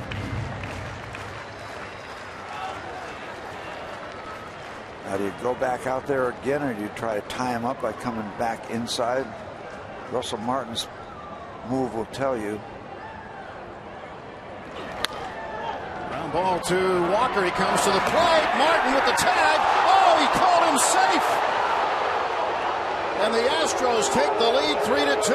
And out comes Clint Hurdle to argue with C.B. Buckner. Russell Martin is beside himself. And so is Clint Hurdle.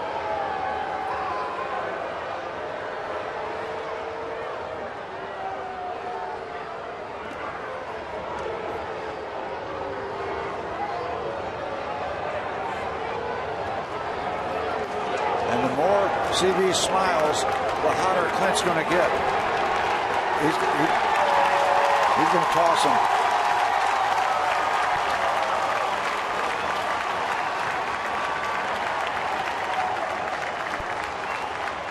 That's it for Clint.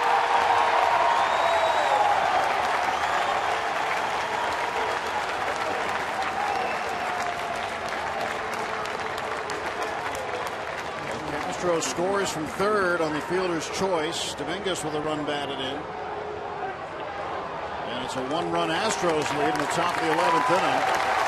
And Hurdle ejected. And we will get a look at the play now.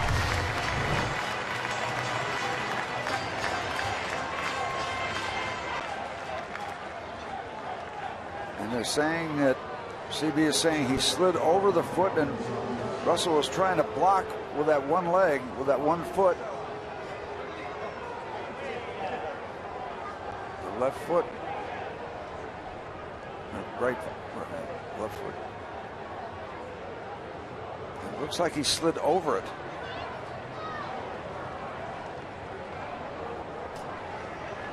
Looks like he was safe. And Clint telling him he blew the call, and CB gave him a lot of rope and then finally sent him away. One out, and the Astros now in front, 3-2.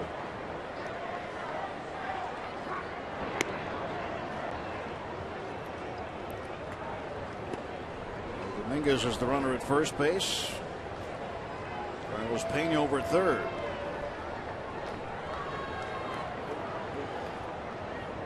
And Hurdle ejected for the second time this season. And it did appear he got his foot over Russell's in time to score. Squeeze is on, and that is a foul ball. Houston trying to add on with a squeeze play. See if we can see anything else on this play at home plate.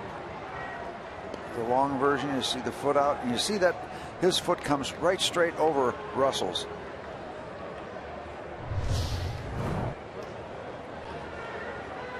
That angle looked safe. Yep.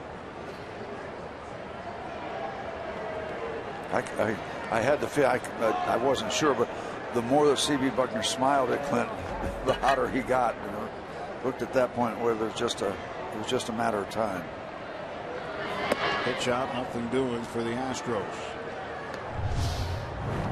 From the AGH camp. Slows it down even more, and that continues to verify.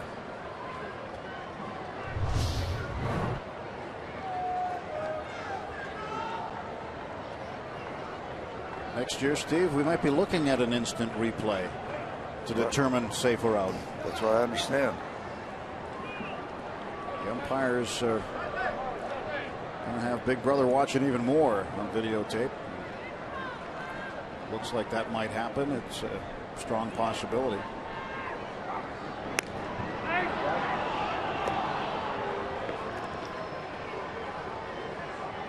One of the schools of thought with the instant replay next year is, do they have a replay official at every game, the replay umpire basically at every game, to help make calls from upstairs, or do they have a central viewing area like they do in the National Hockey League, where they have a room in Toronto where they look at this stuff?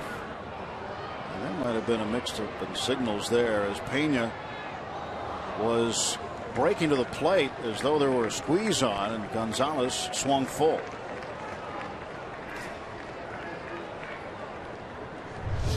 Yeah, that doesn't make any sense. Somebody missed something. Yeah, that could be a little unnerving for the base runner. You're shrinking the distance between the base and the plate, and the guy takes a full cut. You don't have any reaction time if that ball's hit at you. Ball and 2 strikes to Marwin Gonzalez.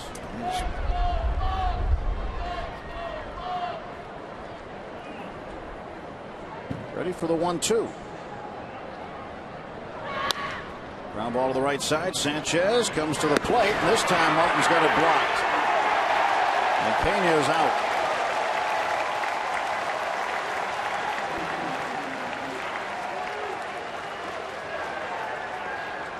Now 2 outs for the Astros in the 11th.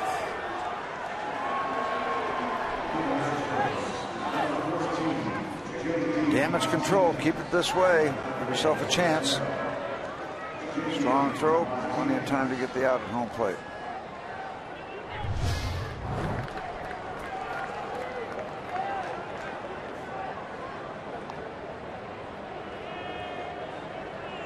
J.D. Martinez off the bench to pinch hit.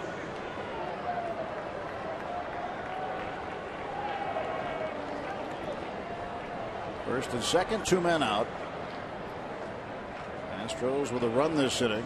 Castro's leadoff double leading to that, and a base hit up the middle.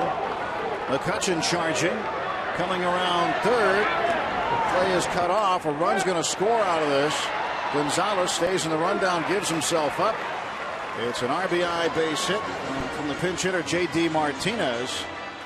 And the Astros now with a 4-2 lead. Last wraps for the Pirates coming up. 2.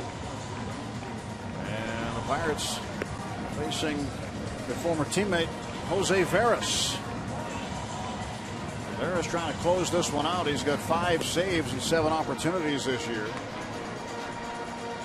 And J.D. Martinez will remain in the game defensively for Houston after getting a pinch hit single to provide a little bit of insurance for the Astros. Former Bucco, Jose Veras. Grossman will go over to left field from center field. And now in center field, Brandon Barnes is in center.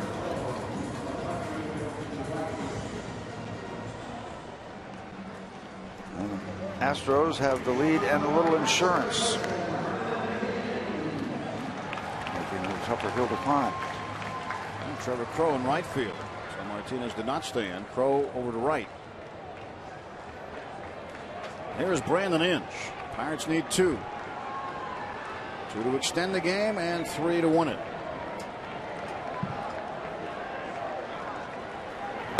Outside ball 1. And so far the story and the hero for the Astros, Jose Cisnero. 3 2/3 scoreless. He is the pitcher of record. Really good. A couple of hits, 5 walkouts. No free passes. That's some serious bullpen work. Strike call to Inge. Inge has 2 hits tonight, 2 for 4 with an RBI.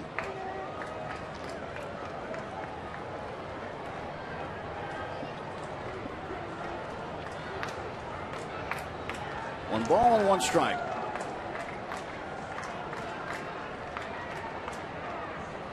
And Veras pitch. There's a breaking ball in there for a strike. One thing we saw a lot of out of Jose Veras when he was with the Pirates, he would use that good breaking pitch to start right-handed hitters off, and he did it often. He'd get that first strike in there and get ahead. It's a nice separation too between 92 miles an hour and 75 miles an hour. And Veras 1-2 delivery. Inside 2-2. That ball almost hit Brandon. That breaking ball that stayed in. Strange deal with the catcher.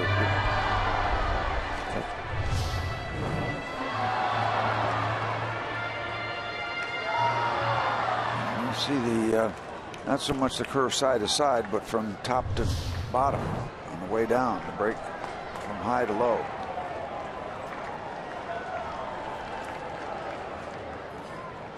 Two balls, two strikes to Brandon Inge. And Veras set at the belt. Now the pitch. High, 3-2. Base runners, plural.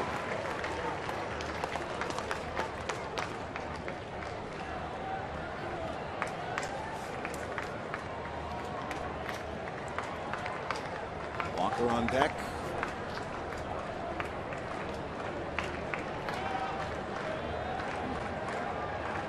Great 2 pitch. Struck him out. One gone for the Pirates in the 11th. High heat. We've seen a lot of swings and misses at high heat tonight from the Pirates.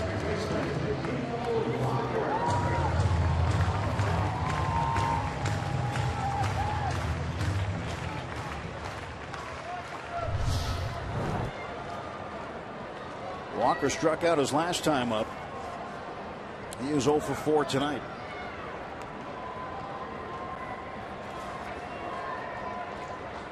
Fastball in for a strike.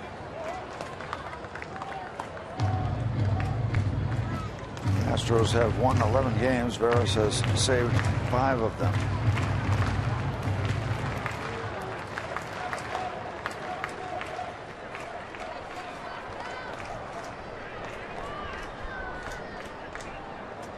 A 1 pitch.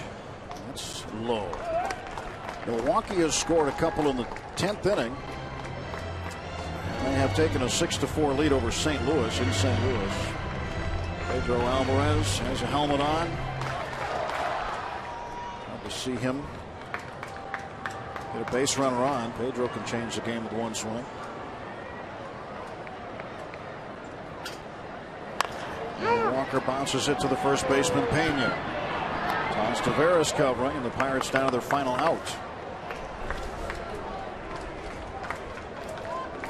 Jordy Mercer will come up with Alvarez in the on-deck circle. So the last hope tonight for the Pirates is that if Mercer can get on, they can get Alvarez to the plate. Alexander, Kent Jacoby coming up at the conclusion of this one. They'll break it down in Pirates postgame. Stay tuned for it.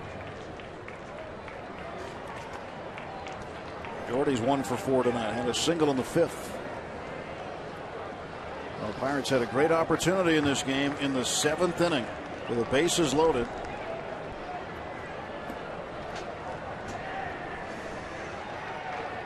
And Gabby Sanchez struck out looking. A 3-2 pitch.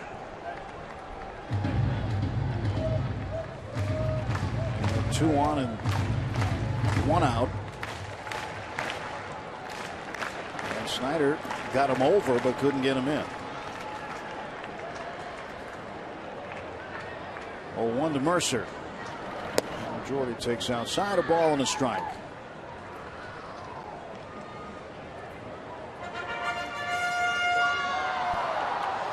You know, you can go all the way back to the 1st inning too, because the Pirates scored a run and Russell Martin hit an absolute rocket that was caught by Pena, and that could have kept the door open for at least 1 more run. But the atom ball. Mercer hits one in the air to right field, and this should do it. So in extra innings tonight, the Houston Astros get a win. And the series is split at a game apiece. The rubber game tomorrow afternoon. Yeah, and it was all about the Astros bullpen tonight as it played out. They were terrific. Cisnero was great. Veras locked it up, and tidy work out of the Astros bullpen. So the final score: the Houston Astros defeat the Pirates in 11 innings, 4-2. Let's check in with Paul Alexander and Kent Jacoby.